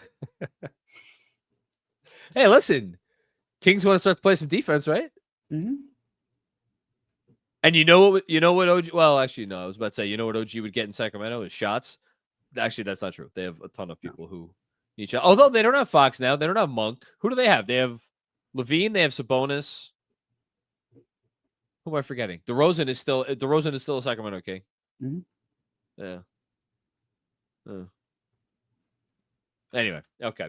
We've gone too far down this road. I think we're done with the super chats at least. Do we want to? I mean, I don't know. What else you want to stay on for?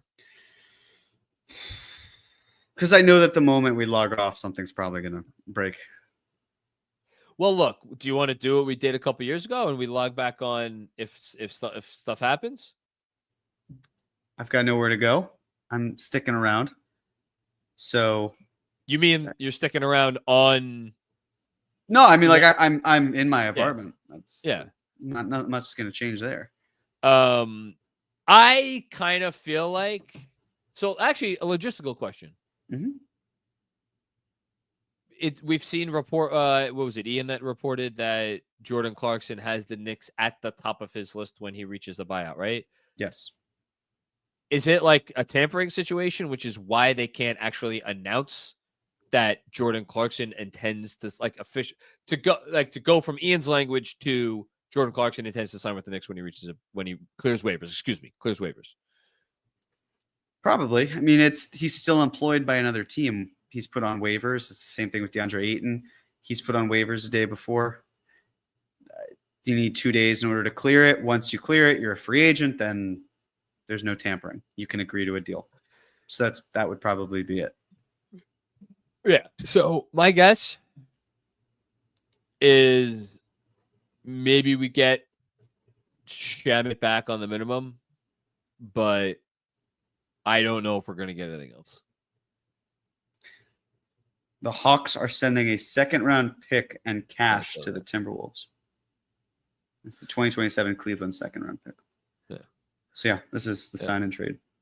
I mean, I feel bad. We have over 5,000 people watching. Shout out to everybody watching live. I think, look, here's what we're going to do. It's 8:17 p.m. If something breaks tonight, we will obviously hop right back on and we will go live again. But I think for the moment, we're going to duck out, right? You seem You tell me. Listen. I'm not the one who's got some life plans generally. It's tonight. It's not even life plans. It's well, I guess it is some life plans. But no, it's I don't know. What else can we talk about? Is there anything else we haven't covered that you want to cover? Do you want to talk like we covered? You want to talk about more about Clarkson? You want to talk about LeBron James? You want to talk about the more Giannis fake trades? You know, I feel like we've kind of covered everything tonight. I think so. Yeah, I think we're good right now. And look, if something does happen as soon as we log off, you could thank us for the thing happening because it will be because we have logged off that the thing has happened. All right. Final thoughts before we leave for now, Jeremy. I would say stay patient, folks. Just because it hasn't happened doesn't mean it won't. Lot that needs to occur. It's just it doesn't have to be all in one fell swoop of 3 hours and 18 minutes. Not even 2 hours and 18 minutes. That's all it's been. That's not even one Oppenheimer worth of a film. That's not even a Godfather. 2 hours and 18 minutes. That's like shorter than F1, actually. Yeah. Which it was quite a good movie. Okay, we got one more super chat. 732 repping. How are we feeling about Randall's extension versus Cat's money? I was thinking about that a lot when I saw the Randall extension news, and I immediately wondered if that was the number that he was willing to sign for, like, that's not a huge number. You know, that's not a huge number. And I think, I don't know, it just seems very clear that that a lot of last summer, to me, Jeremy may disagree, came down to they lost Hartenstein and they were like, we need to address the center position. And I know there's been obviously reporting, from Fred about how Julius and the Knicks were never close in terms of like they didn't even really talk because they knew they were so far apart. I think a lot of that was maybe the Knicks just didn't feel like they wanted to be long term in the Julius Randle business, which, I don't know. It'll be interesting to see how that decision ages. But at the end of the day, once Hartenstein left, I think it changed everything. Could have, and also the reports are that the Knicks and Julius Randle were just so far apart. If would Julius Randle and the Knicks have come to an agreement on the same number? Maybe. We don't know for sure. We don't, but we know they needed his salary eventually to do some type of trade. They also played 59 games without a starting center. To your point with the Hartenstein issue. But if they were so what that means, what were they thinking? Like, we'll give you 2 for $60 in the second year as like a team option. Like I don't even. I mean, we'll tack another year on to your play. I don't even know. Well, no. What we've talked about before, we don't have substantial proof behind this, is the idea of Julius Randle was a 2-time, should have been 3-time All NBA player with the Knicks. Yeah.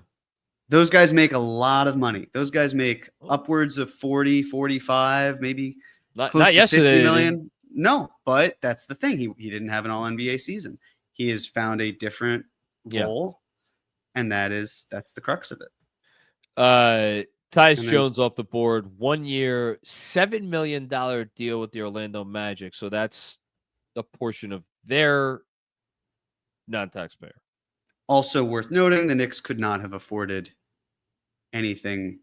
No, I should say anything close, but it's more than the Knicks could have afforded. Interesting. I tell you, Orlando's a much more interesting team today than they were a couple weeks ago.